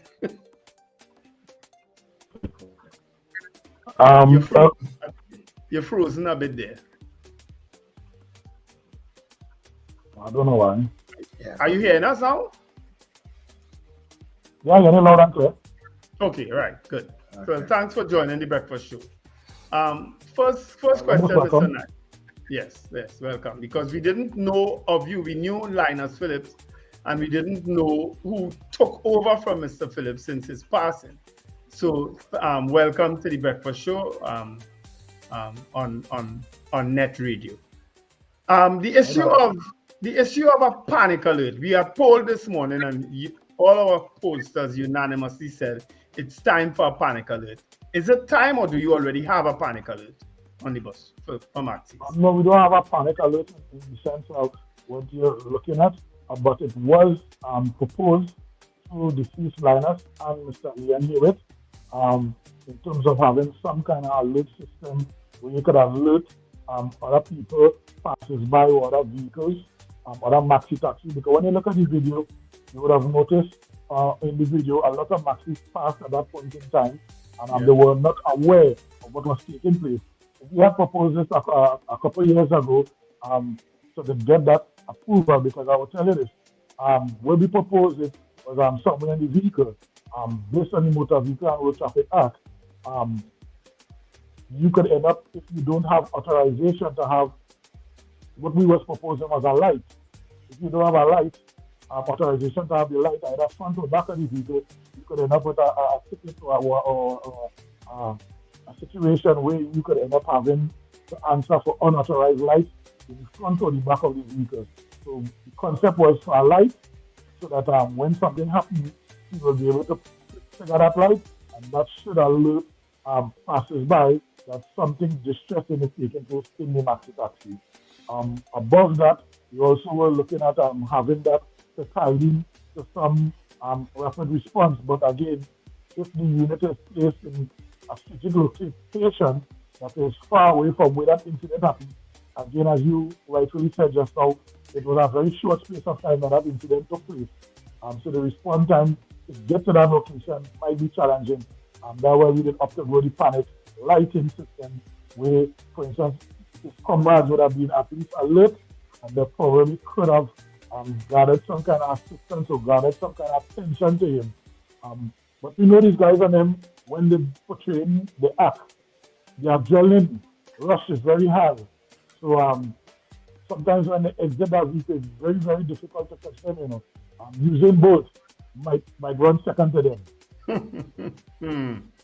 So, go ahead, Sir Charles. Yeah. Seeing that this is something that has been happening for a long, long time, and it is a necessity. And you said that you all would have proposed. Where's the clog in the wheel for something like the panic alert not coming on stream? Where is it actually at this point in time, and what is the hindrance? Is it the transport commissioner?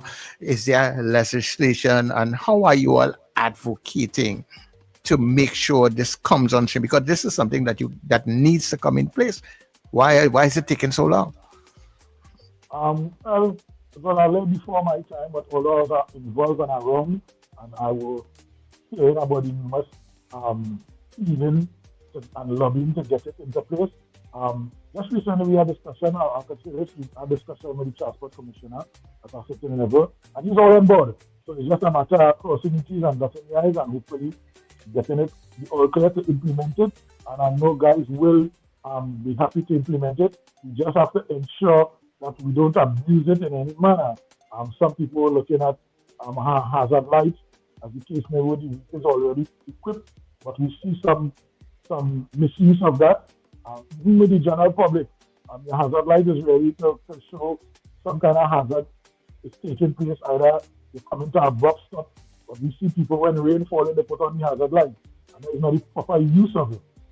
Based on my understanding, having on your hazard light when rain falling, not the proper use of it, because if you have to indicate now a turn left or a turn right, the hazard light down there already, and it's not even going to stop to indicate left or right. That hazard light overrides all of that. And if you have to make an abrupt stop, you don't already have your hazard light alone. So again, you have a lot of information and proper uses of that if we were to use the hazard light. But that's why we opted for the light, and hopefully it's unfortunate that we have to end up going through this to reignite that discussion again. But we will try our best to ensure that we keep this on down to the end and hopefully get it implemented. We were very fortunate that the guy had a camera system that we were able to use that to probably identify the guys and then after. But the funny thing about it is that we analyze that video from all different angles, and when you really look at it, these guys and them are very intelligent. Yes, some people will say, but you could have seen that them guys and them had on hoodies from a distance. But you have to remember, the time of the day yesterday was a very inclement weather. We were under the inclemency of heavy rainfall. So had it been midday during the day, you see guys with the hoodie, you might have raised an alarm. But under the inclement weather, where that condition was, what is the condition that we had yesterday evening, or the before yesterday evening, they were able to disguise themselves in that manner, because nobody would have paid attention to them in that manner, in that respect. Yeah. Now, Mr. Knights, I know that at one point in time, the advocacy was for, in fact, cameras within the maxi taxis. How many, on average, would you say maxi taxis actually have that system installed? I would say at least above 50. And we have no issue with it with the Transport Commissioner in principle. If you all could recollect, we had an issue with music in the maxi, and that came to a ban. And based on how that law is drafted, person could interpret it where it's a total ban on all electronic devices. the commissioner has since said that he has no issue with it once audio does not go in part with the video. We know we have DVD decks that play DVDs and audio will be part of that, but in terms of surveillance, once the audio is going through and partnering with the camera system and the screen, he has no issue with it. But they need to look at the law also with that electronic band in terms of music, because all we are allowed is an AM FM radio. Yes. Based on the legislation, and it's very, very difficult right now to even get an AM FM radio. You have decks and all these other audio systems coming in because they have Bluetooth, they have flash drive that's built into them. Yes.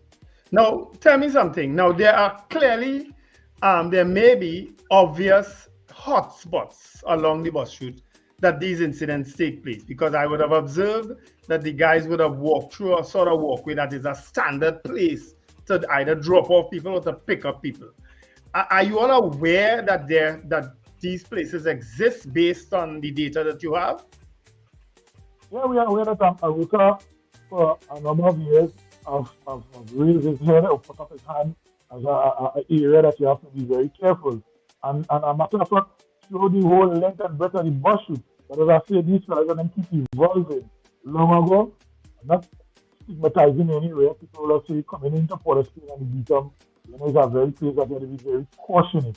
These guys, if they portray in the app there, they must evolve and realize, well, hey, boy, they're very cautious when they come in and they meet them and they don't want to pick up nobody, they don't want to drop anybody. Let me migrate and go up to Kiret. Let me migrate and go up to Cane Farm. Let me migrate and go up to Five Rivers. So it's a dynamic thing that keeps changing. Whenever you can profile a person and say, okay, you see that guy with a bandana across his head, without not saying anything about any particular artist internationally, but he has a Tupac look, I feel I have to be very cautious in picking up him.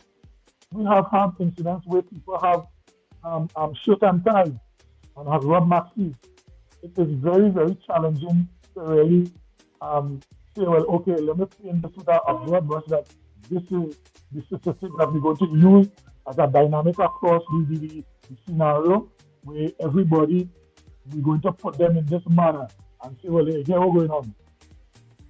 Because you have a certain file, that is the person that we're not going to pick up. If they don't work that way, these guys and them has changed the dynamic and they're very, very evolving in the sense that you cannot pinpoint a hotspot because they move. If, for instance, we see that people are in flip and main thoroughfare, and it will be very, very unfortunate for we to have to resort to that. And then we might miss the concept what we're looking for because they move to a different area, a different location. Yes. How visible is the transit police where these things are concerned on the PBR? Is it that do they stop and do random searches on checks on Maxis, or is it mostly to give you guys tickets? Well, I'm glad you made that clarification in terms of what you're asking, in terms of how the present is with this situation, because what we propose and continue to propose a couple of years now is that we have some plainclothes officers ride the Maxi and at designated stops. They will have the police vehicle there, and the officer will just raise up in the Maxi, press the bell, and then announce, hey, police officer here, drive up to the police vehicle to the side, and we're going to have a random stop and search. And also use the PR through the TTPS and public relations to make it known that they are very random stop and searches with plainclothes officers on the Maxi. That will work as a deterrent. The transit unit do patrols. They have the challenges. We are trying best to work together with them to continue put forward our concerns and see how best we could work together to get these things ironed out. Coincidentally, just yesterday we had a high-level meeting. Don't want to disclose too much about that, but we had a high-level meeting with the transit unit and their directors, and hopefully we will see some initiatives rolling out. And we asking the general public that if we get this plainclothes officers riding in Maxi and they get a little inconvenience, it is just in the good keeping of your safety and your security, and just comply so that we could send that strong message out there that, hey, be careful, we may have officers riding in Maxi from time to time. But also it's an opportunity to talk to the judiciary, the justice system, that we need to apply swift justice. And it's not only for the robberies in the Maxi, it's across the board with the criminal justice system. It takes too long. And there's an imbalance in terms of how strong you send a message to the criminal elements that there are severe consequences for your action and your deviant behavior. There must be a strong message to that, because when you make a decision, you take about a couple seconds to make that decision. But the consequences. Yeah. What about the issue? Sorry to interrupt you, but I wanted to get this in before we close off. What about the issue of a cashless system that will encourage less cash on a maxi taxi? Because I mean, the average driver, you actually see them driving with this stack of money in their hand. The average driver, I've seen that. What about that? I hear you, and that has some dynamics to work out, and it will be a long interview if you really get into that. But if you watch the video, you will see the driver alone wasn't targeted. There are 25 people Maxi with 25 people who supposedly may have phones in the value of $500 and up. So if you make a haul of 25 people with phones valued at $500, that is a big haul. And sometimes you may be able to get people bags with money that they just deposited, or they're about to deposit or they withdraw from the bank. Or people with laptop, people with iPad. The driver alone, yes, the cashless system is a system we look at. We had some discussions with it. There's a lot of dynamics to that. The government is looking to roll out and proposing to roll out a cashless system for PTSD. They have the framework and they have the resources. That is really a lot to get that system going, because when you look at a server, and a server may charge you, let me say, worst case scenario, 50 cents as a surcharge for every transaction. On average, a maxi taxi driver transport up to about 300 persons per day.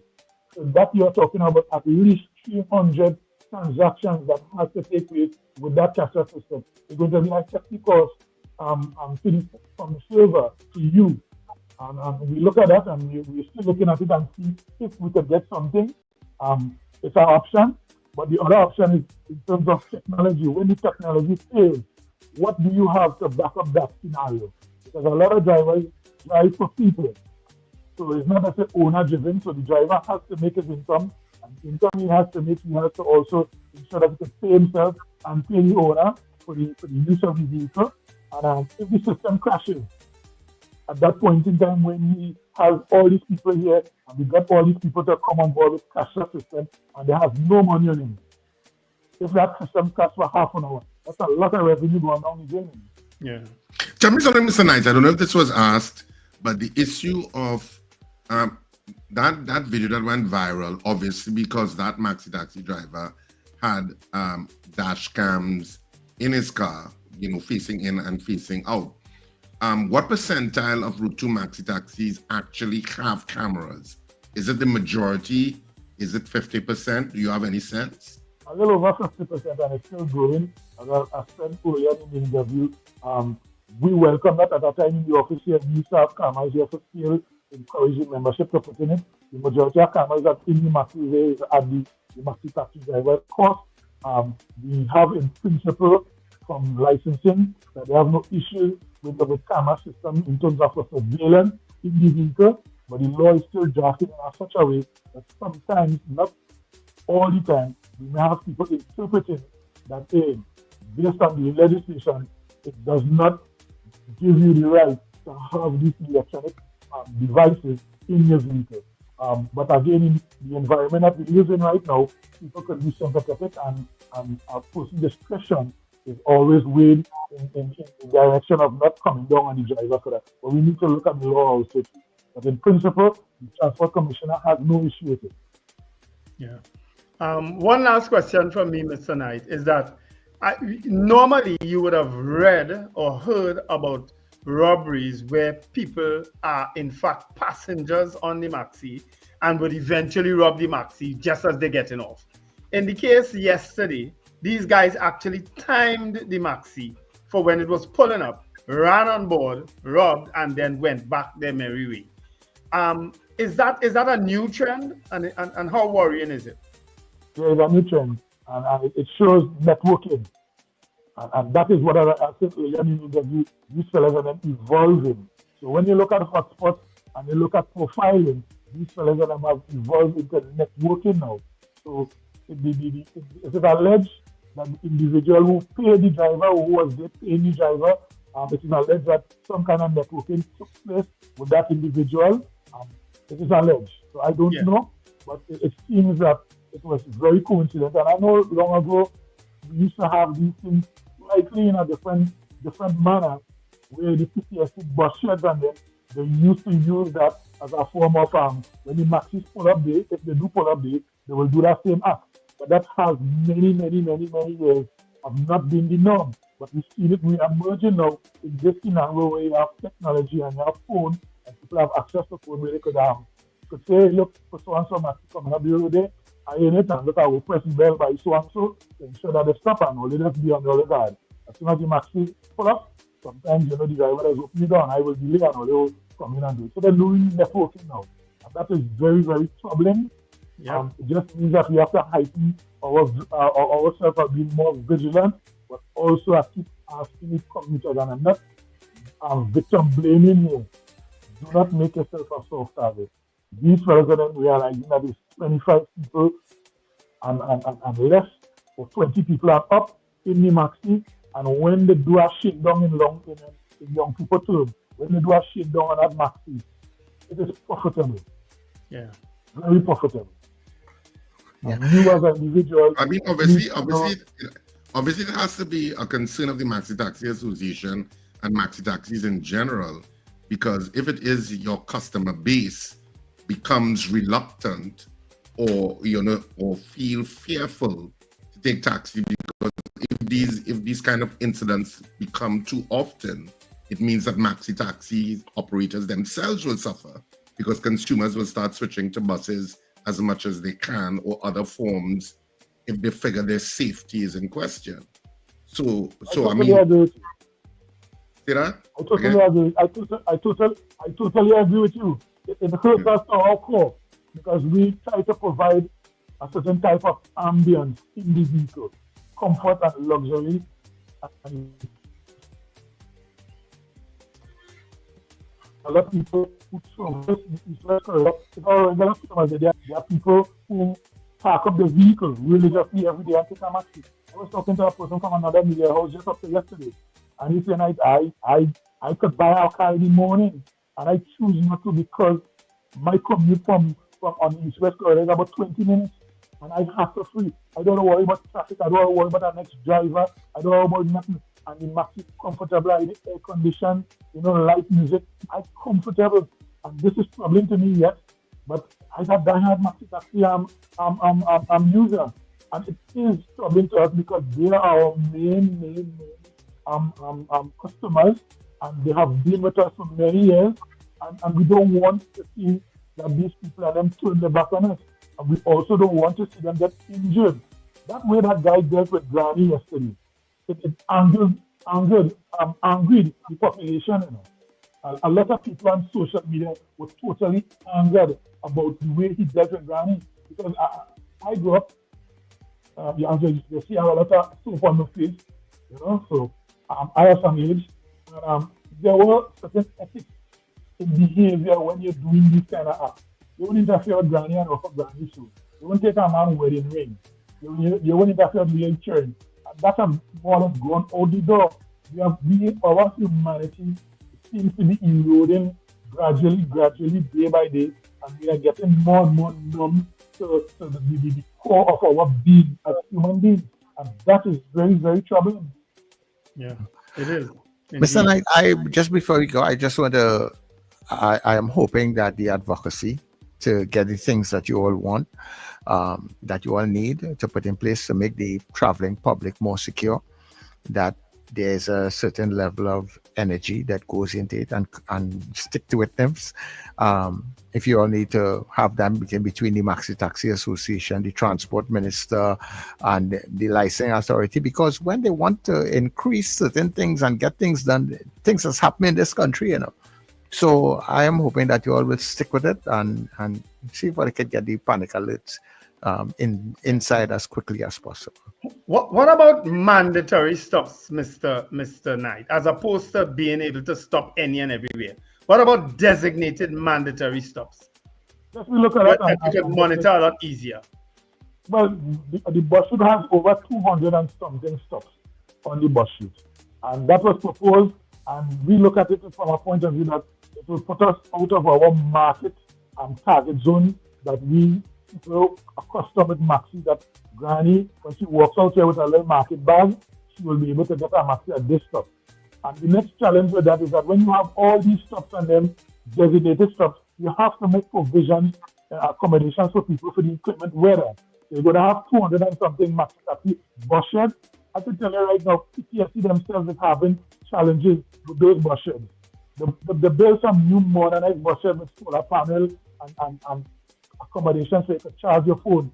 And it has turned into a 5-star Vision hotel. You don't have to tell me, I've seen them. It's very, very challenging. Yeah. So, we hear that, we open-minded for it, but we look at the logistics and the challenges that comes with that. It will end up defeating the purpose. As the IOD designated stops, we also look at the part where we know come off of the U-turn system, where that was, in my respectful view, to a certain point was weaponized against the population.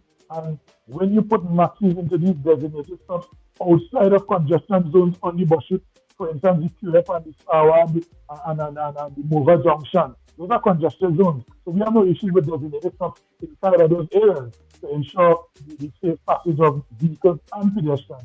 But outside of that, a vehicle pulling aside and then dropping off somebody and pulling off, like in Aruka where the bus route is extremely wide, there's no issue and no challenge.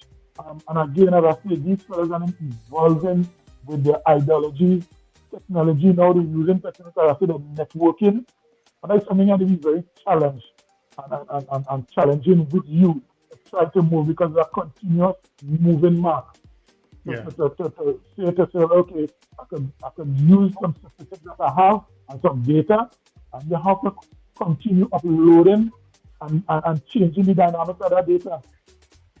Yeah. All right. Well, Mr. Knight, thank you so much for joining us on the Breakfast Show and bringing some clarity to some issues. And certainly we remonstrate with you and hope that things work out in the best interest of all. And I thank you very much for having me. And I want to make one point crystal clear. We've seen it running on social media that it's a perception, it's alleged that the driver, probably because of his cool demeanor, he was part of it. By no means that driver was part and parcel of that. He is a very hard-working fella. He assists the association in Citygate here with running the line. He's a very dedicated driver, and his demeanor is just of a cool temperament. That's all. Yeah, I think so too. I think he was just maybe in shock, also. But he did the right thing. He turned around the Maxi and went to the police station. I think that's the right thing to do. Thank you, Mr. Knight. I appreciate it, and you all have a good day, and thanks for having me. Take care. Bye-bye. We'll chat again. Okay. All right. Of course, that was Mr. Brenton Knights, of the president of the Route 2 Maxi Taxi Association. That's the red band Maxis, of course, that traverse the priority bus route. Challenges. That thing with a Maxi stopping, let off somebody, and men just running on a Maxi, that's a nerve-wracking thing, because it's almost everywhere you stop now, you're thinking, I wonder if them fellas going and run on the Maxi. Because I don't know if people saw the video, there were 2 other youth men standing up there, while the other 3 walked through the track,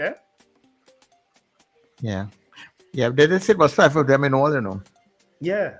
Yeah. I wasn't sure those 2 were involved, but clearly, if they say 5, because it The adds up. the best deterrent to those kinds of robberies is capturing people and holding them accountable. Yeah. Yeah. And making sure that you get everybody and making sure that the public knows that you got everybody, and the commissioner of police or whoever the machinery of the TTPS needs to address it and say, look, this is what happened. We know it went public. This is the status. We have captured 2 of them. I heard it's 2 that they have now. I don't know if it's true or not, because you don't have those kind of official channels confirming it. Yes. And they need to confirm it and say, we've gotten X, Y, and Z. We are working on the other 5. And then 2 days later say, we have all 5 people. And I'm putting out a warning to all of those who think that they're going to get away with it. You're not, and we're coming for you. That's how you got to talk. Yeah. Yeah. And you have to back it up by capturing people. Anything like that happens. And maxi taxis also have to have the wherewithal to know that if I don't have a camera installed, to get it done. Yes. Yes. And furthermore, the state can mandate it and say, look, all public vehicles on the bus route and or maxi taxis operating wherever, you are now required to have CCTV cameras. It's already tax-free and VAT-free in terms of bringing them in or purchasing them. And you have to have it on, or your license will not be renewed to go on to operate on the bus route. Sometimes you have to take stringent actions like that for the safety of commuters. Yep. And put a camera right by the door, not just the dash cam. Put one over the doorway too, and at the back. And say you must take off your mask. You cannot enter without removing your mask if you have on a mask. Yeah. If that's what needs to be done, that's what needs to be done. Yep. Definitely. Yep. All right, so we have a few minutes. We're taking your calls, 281-1315. We can do that. 299-5156. Zena, good morning to you. Good morning, Sir Charles. Good morning, Richard and Wendell. Morning, Zena. Listen to me. I want to make a suggestion to the lawmakers.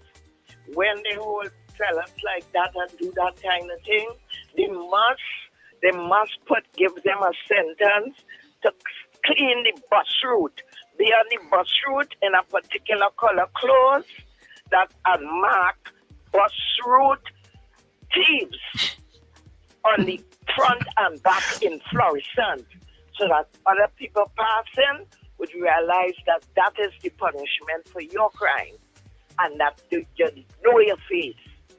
You understand? That is what those fellas want. Prompt sentencing, and that kind of sentencing. Form a chain gang with them on the cleaning the very bus route.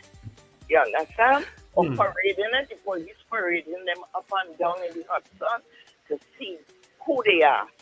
And let me tell you, that person, if I were a maxi driver, I was not picking up people in sleeping attire. You see that thing there where you can't see people's face and their body and all that, I'm not picking you up. And that person to me would look like part of it. And that outfit, I look at the foot and the hand of that person coming to pay the maxi driver and the foot in the sandal. That was a man. That's my feeling. I could be wrong. Oh, all right, okay. All right, gentlemen. You all everybody. I know you're going into yes, you're going into controversial territory there. Very good. Very. You tell Muslim women they can't wear a hijab on public transport. You can't tell them It's safety concerns. Yeah. No, just going down the road. Yeah. If you were to say that will be a big hurdle for us to get past. It would be an uproar. Yeah. You know, and you could say. But Mr. Knight said that people with shirt and ties take up maxi already. He said that. Yes. Yeah. He said they are very innovative. Thief is a thief, you know. They will innovate. Yeah. And they will find a way. Mr. Patrick, good morning. Yeah, morning. Richard Ragubar saying, Mr. Wendell. Morning, Mr. Patrick. Morning. Trinidad and Tobago. You know, when I watched that robbery in Maxi, I said, oh, them fellas, thank God. It has to be women and men who was in a Maxi. Yeah. I have some brethren and some sisters and things. Them, they'd have beat up the people in the Maxi bike. They won't come out of the Maxi. Isn't it the one who holding up the woman and crying for people? That's the one they would have pumped on first and beat everybody in the Maxi. Yeah, but you know, Mr. Patrick, lock me down there and put him good and proper. You know, when I looked over, sorry, Mr. Patrick, let me just say this quick. When I looked over the video, I say, you know, at that point in time, that driver could have closed that door and I'm sure they would have dealt with him. Yeah. But he had nothing. He wasn't coming out of the bag. He wasn't coming out of the bag. But you see the people in the Maxi, everybody, I don't know. I don't know. It has something called flight and fight. Flight and fight. I know there's some people, the minute they come to them and they see opportunity, you come at the plane, when you try to blow up the World Trade Center, then them fellas in the plane and go to the Pentagon. You know, and them fellas dive on the man. You know, people have to get together and deal with situations sometimes. Understand? Yeah, I think Mr. Patrick, Mr. Patrick, sometimes in the middle of a robbery, people are also assessing, do these people have weapons? Do they have but you a gun? can't bend down over the woman trying to take I know, and it's easy to comment post seeing the video. But in real time, when it is occurring, people may think maybe he has a gun. Especially if you don't have people and if he has a gun, it could escalate into another direction. People are always obsessing. Richard, you know, there's some people who business and dive at you. Yeah. Unfortunately, we didn't have any of them in the Maxi. The fact that elderly lady was fighting back with them, I suspect that one of them didn't have anything. Yeah. You understand? Yeah, but I mean, but we're in the comfortable position of viewing it from a past perspective. I know. But at the time it's happening right then, we're in middle of it. People get sometimes get frozen. People say, look, come and what do police officers tell you? Comply. For your own safety. That's what they tell you. Yes. And I know the driver would have been focusing on getting him off the bus and getting to safety, you know? So, I mean, I'm not saying that there are not some people who would have fight back even more, you know, because you have all sorts of people in that travel in a Maxi. You don't know who on the Maxi might actually have a gun too. Yeah. You know, you have that too. Yeah. Ms. Sampson, good morning. Good morning, gentlemen. Morning. The problem is these guys are committing crime, going in and coming out. Make the first thing 50 years, whether you're a thief, a sweetie, whether you hit a door, whether you slap somebody. 50 years, stop this bail thing. And once you know, I'm 20 when I got at 70. Yeah. They will behave themselves. But if you're going in with a gun through the left door, you're coming out with it through the right door, what you expect? The penalty doesn't really fit the crime. Make it tougher. This is ridiculous. You can't even travel now. And you even want to give the lady her ID card. Good grief. Where is the parents? These people have bags they left that much. On knees. It's heartless. So can they go and get a job? Lock them up, whether they get 3 meals, 2 meals, no visitors. When they lock up inside, they put the jail on the water, move it out for the state, and leave everybody who cannot behave themselves on the water there, whether they eat, whether they're alive. I couldn't care. Sad to say. Well, that's not how the prison system is set up. The prison system, part of the prison system's mandate is rehabilitation. Yeah, everybody is fixable, Miss Sampson. Everyone. At some point in time in their life. Even if fixing it means... Yeah, but the biggest deterrent, I will maintain, is capturing the people. Yeah.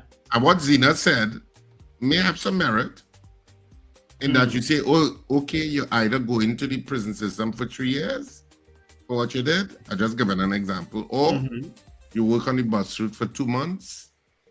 And, you know, and some sort of restitution. your back. I am a bus route bandit. And I am a bus route bandit. Yeah. On the back of your whatever your outfit is, and people passing up and down. So it becomes, DL, that's the hardest question anybody ever asked me. Anyhow, we're going for the news. I a couple people, and we will be back to wrap up. We might be able to take a couple calls, right? Yeah, sure.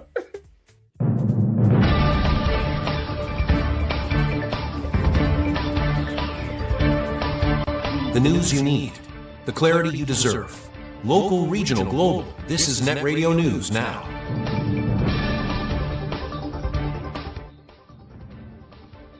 This is News Now on New Era TT Radio in Gael, Caribbean. I'm Derek. Good day. Trinidad and Tobago join the global community in marking World Children's Day, under the theme My Day, My Rights. Prime Minister Kamla Persad-Bissessar said the day is a reminder that every child deserves dignity, protection, and the freedom to shape their own future. She reaffirmed her government's commitment to children's safety and development, quoting former UN Secretary General Kofi Annan, who said there is no trust more sacred than the one the world holds with children. Since returning to office, the Prime Minister said the government has strengthened support systems, including universal digital access, free laptops for all Form 1 students, expanded school safety frameworks, and increased pediatric mental health services. The Kuva Children's Hospital is set to open in December as a world-class center for pediatric and adolescent care. The Prime Minister urged the nation to listen to young people, saying their voices reflect the Trinidad and Tobago the country can become when children are placed at the center of national development.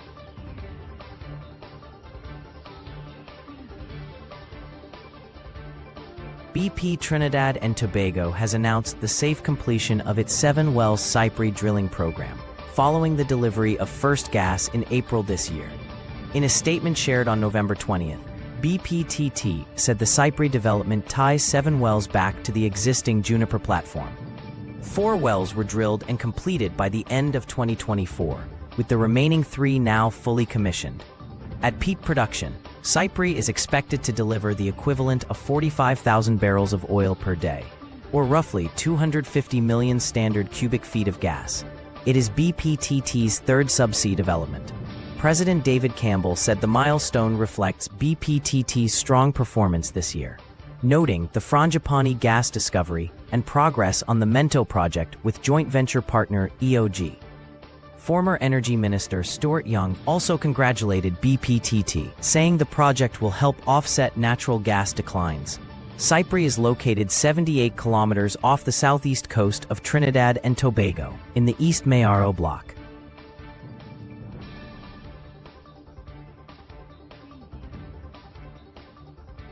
Homeland Security Minister Roger Alexander says the presence of U.S. warships and Marines in Trinidad and Tobago's territorial waters and the wider region has slowed the movement of illegal guns, drugs, and human trafficking. Speaking outside the Immigration Detention Center in Arepo, he said traffickers are now hesitating and praised the U.S. for helping secure the country's long, porous borders. His comments follow similar praise from the Prime Minister and the Police Commissioner, who credited U.S. military operations in the region for a decline in illegal trafficking and serious crime. 2 U.S. warships were seen in the Gulf of Paria on Tuesday, and Prime Minister Kamla Persad-Bissessar later confirmed they are part of ongoing joint training exercises with the Trinidad and Tobago Defense Force. Around 250 U.S. Marines are in the country for training until Friday. Alexander admitted he had not personally seen the vessels, but dismissed claims of U.S. extrajudicial killings, saying those targeted are deemed terrorists. According to U.S. reports, 83 alleged narco-traffickers have been killed in 21 regional strikes since September 2nd. A 32-year-old San Juan woman, Natalia Noel, has died after a tragic accident along the North Coast Road in Maracas on Tuesday. Police say around 12:45 p.m., Noel was a passenger in a white Nissan Caravan driven by a 73-year-old man when a tree suddenly fell from the hillside and struck the right side of the vehicle. The driver lost control, sending the van over a precipice before it crashed into another tree about 60 feet down. Officers from the Maracas Bay Police Station and the Trinidad and Tobago Fire Service Search and Rescue Unit responded. Both occupants were taken to the Port of Spain General Hospital. where Noel was pronounced dead around 3:20 p.m. from cardiac arrest. The driver suffered several lacerations but no fractures and remains in stable condition as investigations continue. In the region, Venezuelan Justice Minister Diosdado Cabello has again taken aim at Prime Minister Kamla Persad-Bissessar, accusing Trinidad and Tobago of being governed by what he called American imperialism. Cabello made the remarks on his weekly television program Wednesday night, as he referenced recent protests in Venezuela against U.S. military activity in the Caribbean and the joint U.S.-TT Defense Force exercises now taking place in Port of Spain. He repeated claims that Persad-Bissessar is merely a patient being acted upon and alleged that the TT Defense Force was not properly briefed ahead of the arrival of the U.S. Marine Expeditionary Unit. He also suggested that shortages of fuel and supplies signaled deeper problems. The comments come amid months of rising tension, including Venezuela declaring Persad-Bissessar persona non grata and accusing Trinidad and Tobago of aiding the U.S. in hostile plans. Allegations the Prime Minister has firmly denied, saying the country's territory will not be used to launch any attack against Venezuela. In international news, a major 800-page UK COVID inquiry report released today has sharply criticized the British government, along with Scotland, Wales, and Northern Ireland, for what it calls a response marked by too little, too late in the early months of the 2020 coronavirus pandemic. Inquiry Chair Baroness Hallett said that had officials recognized the urgency sooner, the nationwide lockdown of 23 March 2020 might have been avoided, and as many as 23,000 lives could have been saved during the first wave. She added that repeating the same failures later in 2020 was inexcusable. The group Bereaved Families for Justice responded to the findings at the National COVID Memorial Wall in London, where thousands of hearts honor the more than 227,000 people who died in the UK between March 2020 and May 2023. UK Prime Minister Keir Starmer says his government will study the recommendations carefully, which include tougher parliamentary oversight of emergency powers and prioritizing vulnerable communities. Further inquiry reports are still to come. And that is news at this time. That was News Now. Stay informed with New Era TT Radio, Net Radio.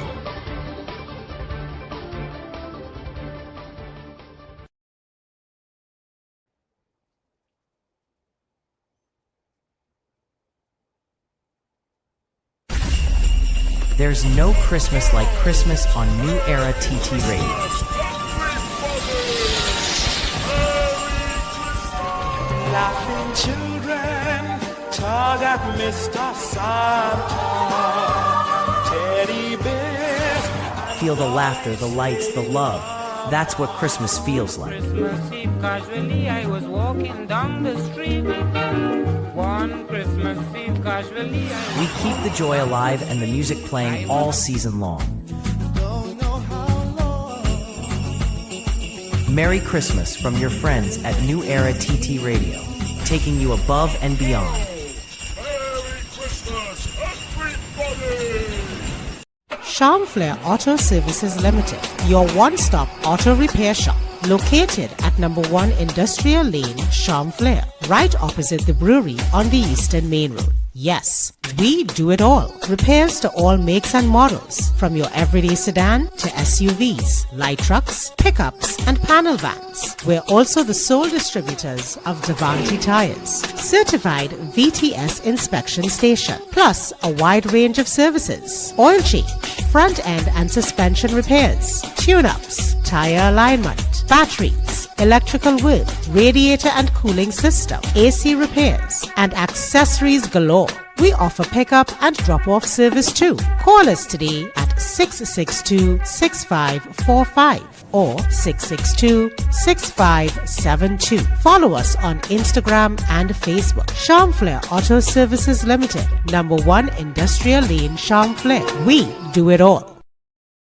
Ho, ho, ho! This Christmas, small businesses This one's just for you. Get your brand, your product, your business in front of thousands every single day on New Era TT Radio, Net Radio, and Gaia Caribbean TV. And here's the gift you've been waiting for. Radio and television advertising has never been more affordable anywhere else. We are talking unbelievable real rates. Prices no one else can offer you for primetime slots that put your business right where your customers are watching and listening. So call us today at 299-5156 and turn your Christmas into real results and real profits with affordable advertising so you too can say Merry Christmas.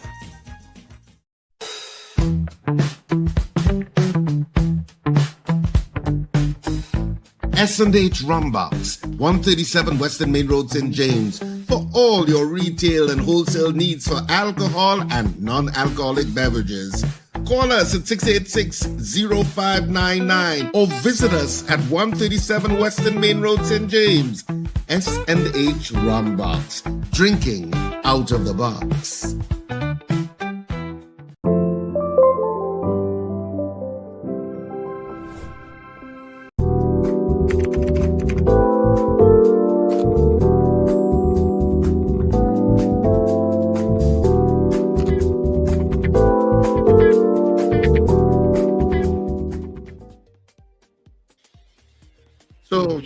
Of course, we're in the last few minutes. And of course, it's Friday, so the weekend has begun, people.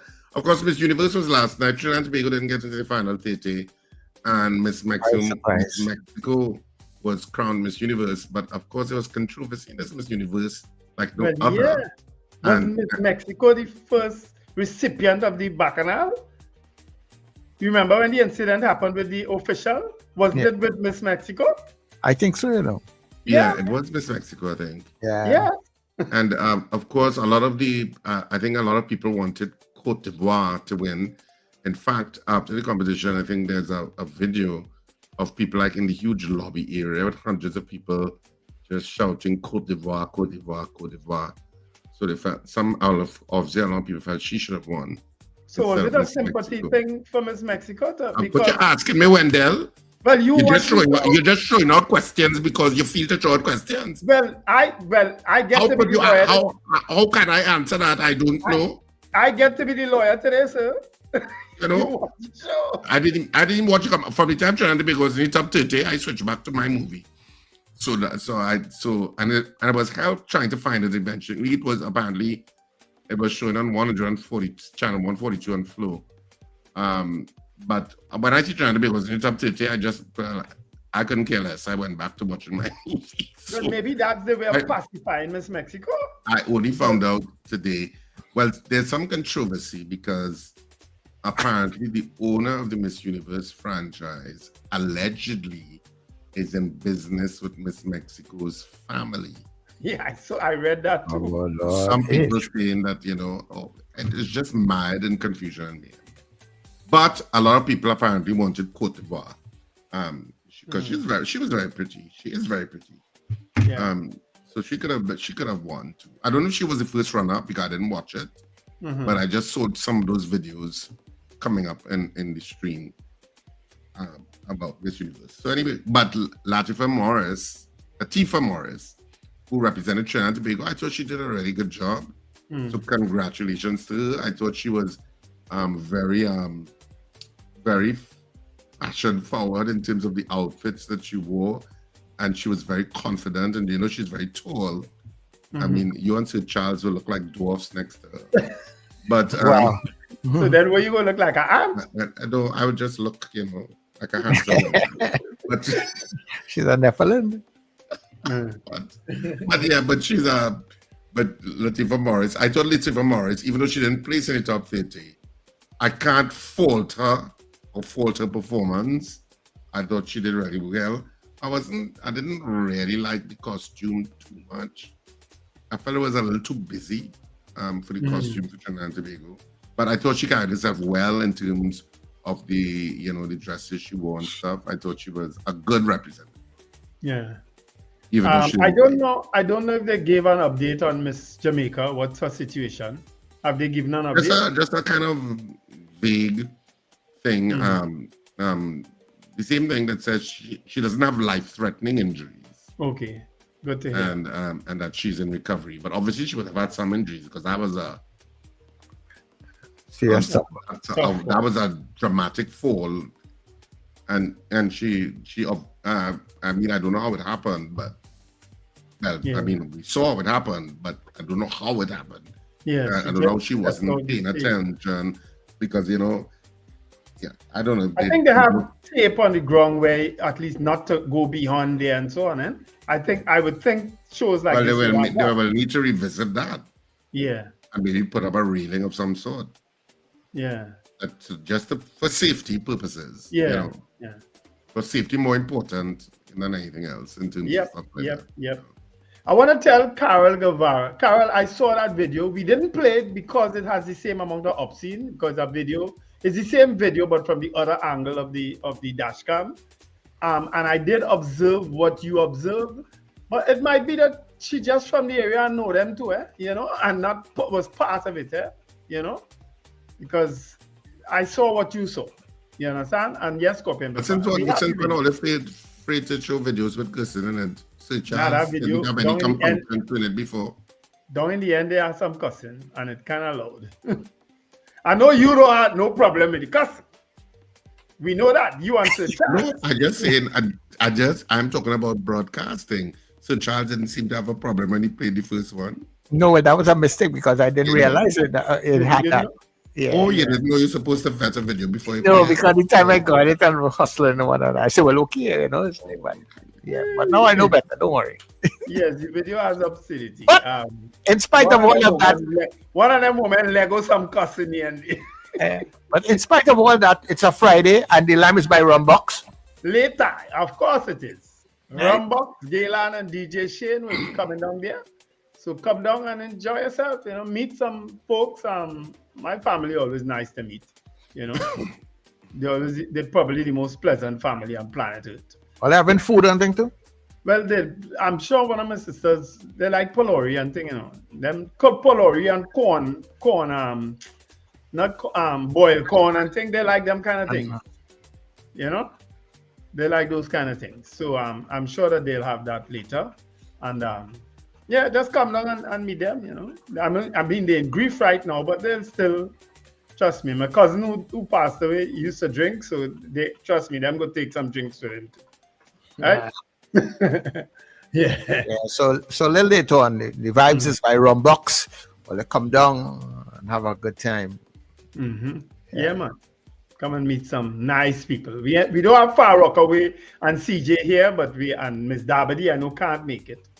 But other people, I'm sure. Odell guy always there. You could guarantee to meet him. And I'm sure some other folks will come, all right? So just come down and take a line, right? So the line is by Rumbox later. Ingrain that in your memory. You know, some all there. They'll be like, what is that something to do tonight? Once again. It's Rumbox, Gail Ann, and DJ Shane. Okay, I'm gonna be whining full force tonight this evening, man. I don't know, Richard. I don't know. I've never seen Gail Ann whine, and I've seen her dance. You never see her whine? No. And I'm sticking with that story.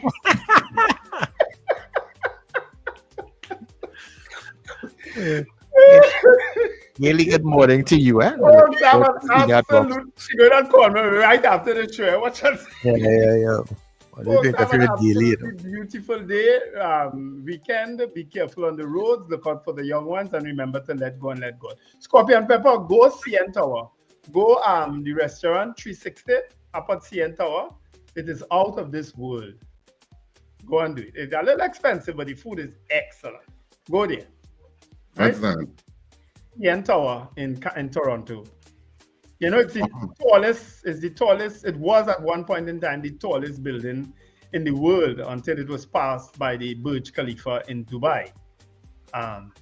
So it's how many meters high? Oh, it's high, really high. It's the tallest building in Canada for sure, right? But it was at one point in time the tallest building in the structure in the world also. You know, the restaurant is all the way up. and it revolves. So that's why it's called 360 restaurant. It revolves. So you see the whole of Toronto from up there. That reminds me of the video that I watched earlier, which I think I told you about, with the 40 urban sprawl areas. 40 of the top urban sprawl, was it sprawl, was it wood, but 40 of the urban areas where people live around the planet. Yeah. I watched that video on YouTube, and after I watched that video, I said to myself, you know what? Trinidad and Tobago ain't bad at all, you know. You have some places that people live, I tell you, and I'm talking about millions of people living in some cities. And I am telling you, Wendell, after I watched that YouTube video, I just accidentally came up in my stream. I was like, you know, there is a value to be placed on living in the Caribbean, where it is getting so cold that even if you're homeless, you're not going to die from cold. Yes. Yeah. And you know, even in we have a lot of terrible housing where people live. But watching some of them urban sprawl, Trinidad sometimes is, you know, way ahead than some other countries in terms of city urban sprawl. So true.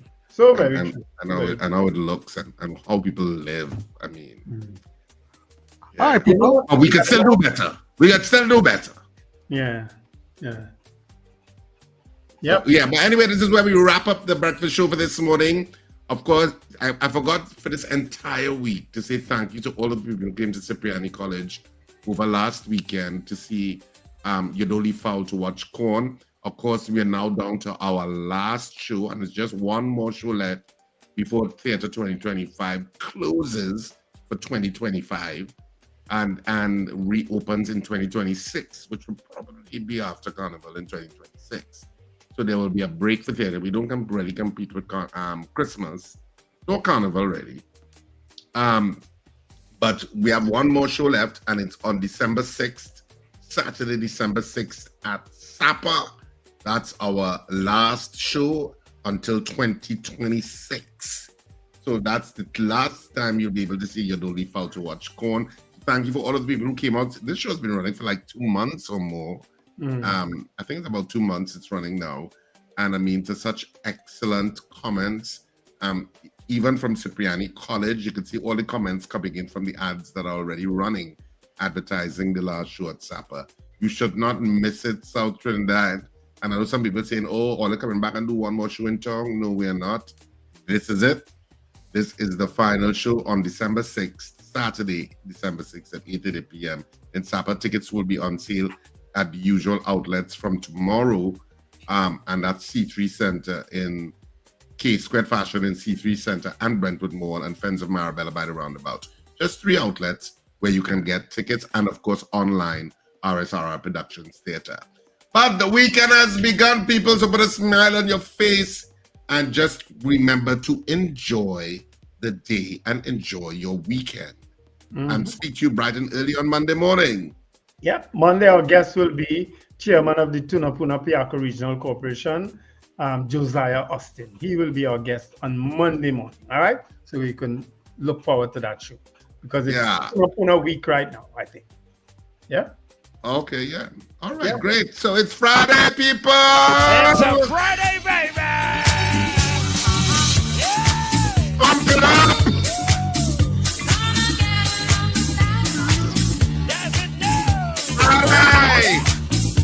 All right! Your weekend starts right now. Are you ready? Oh, yeah. Oh, nice. My hand's tired already. Somebody come on, let's do this. Here we go. Come Move, on, yeah. move.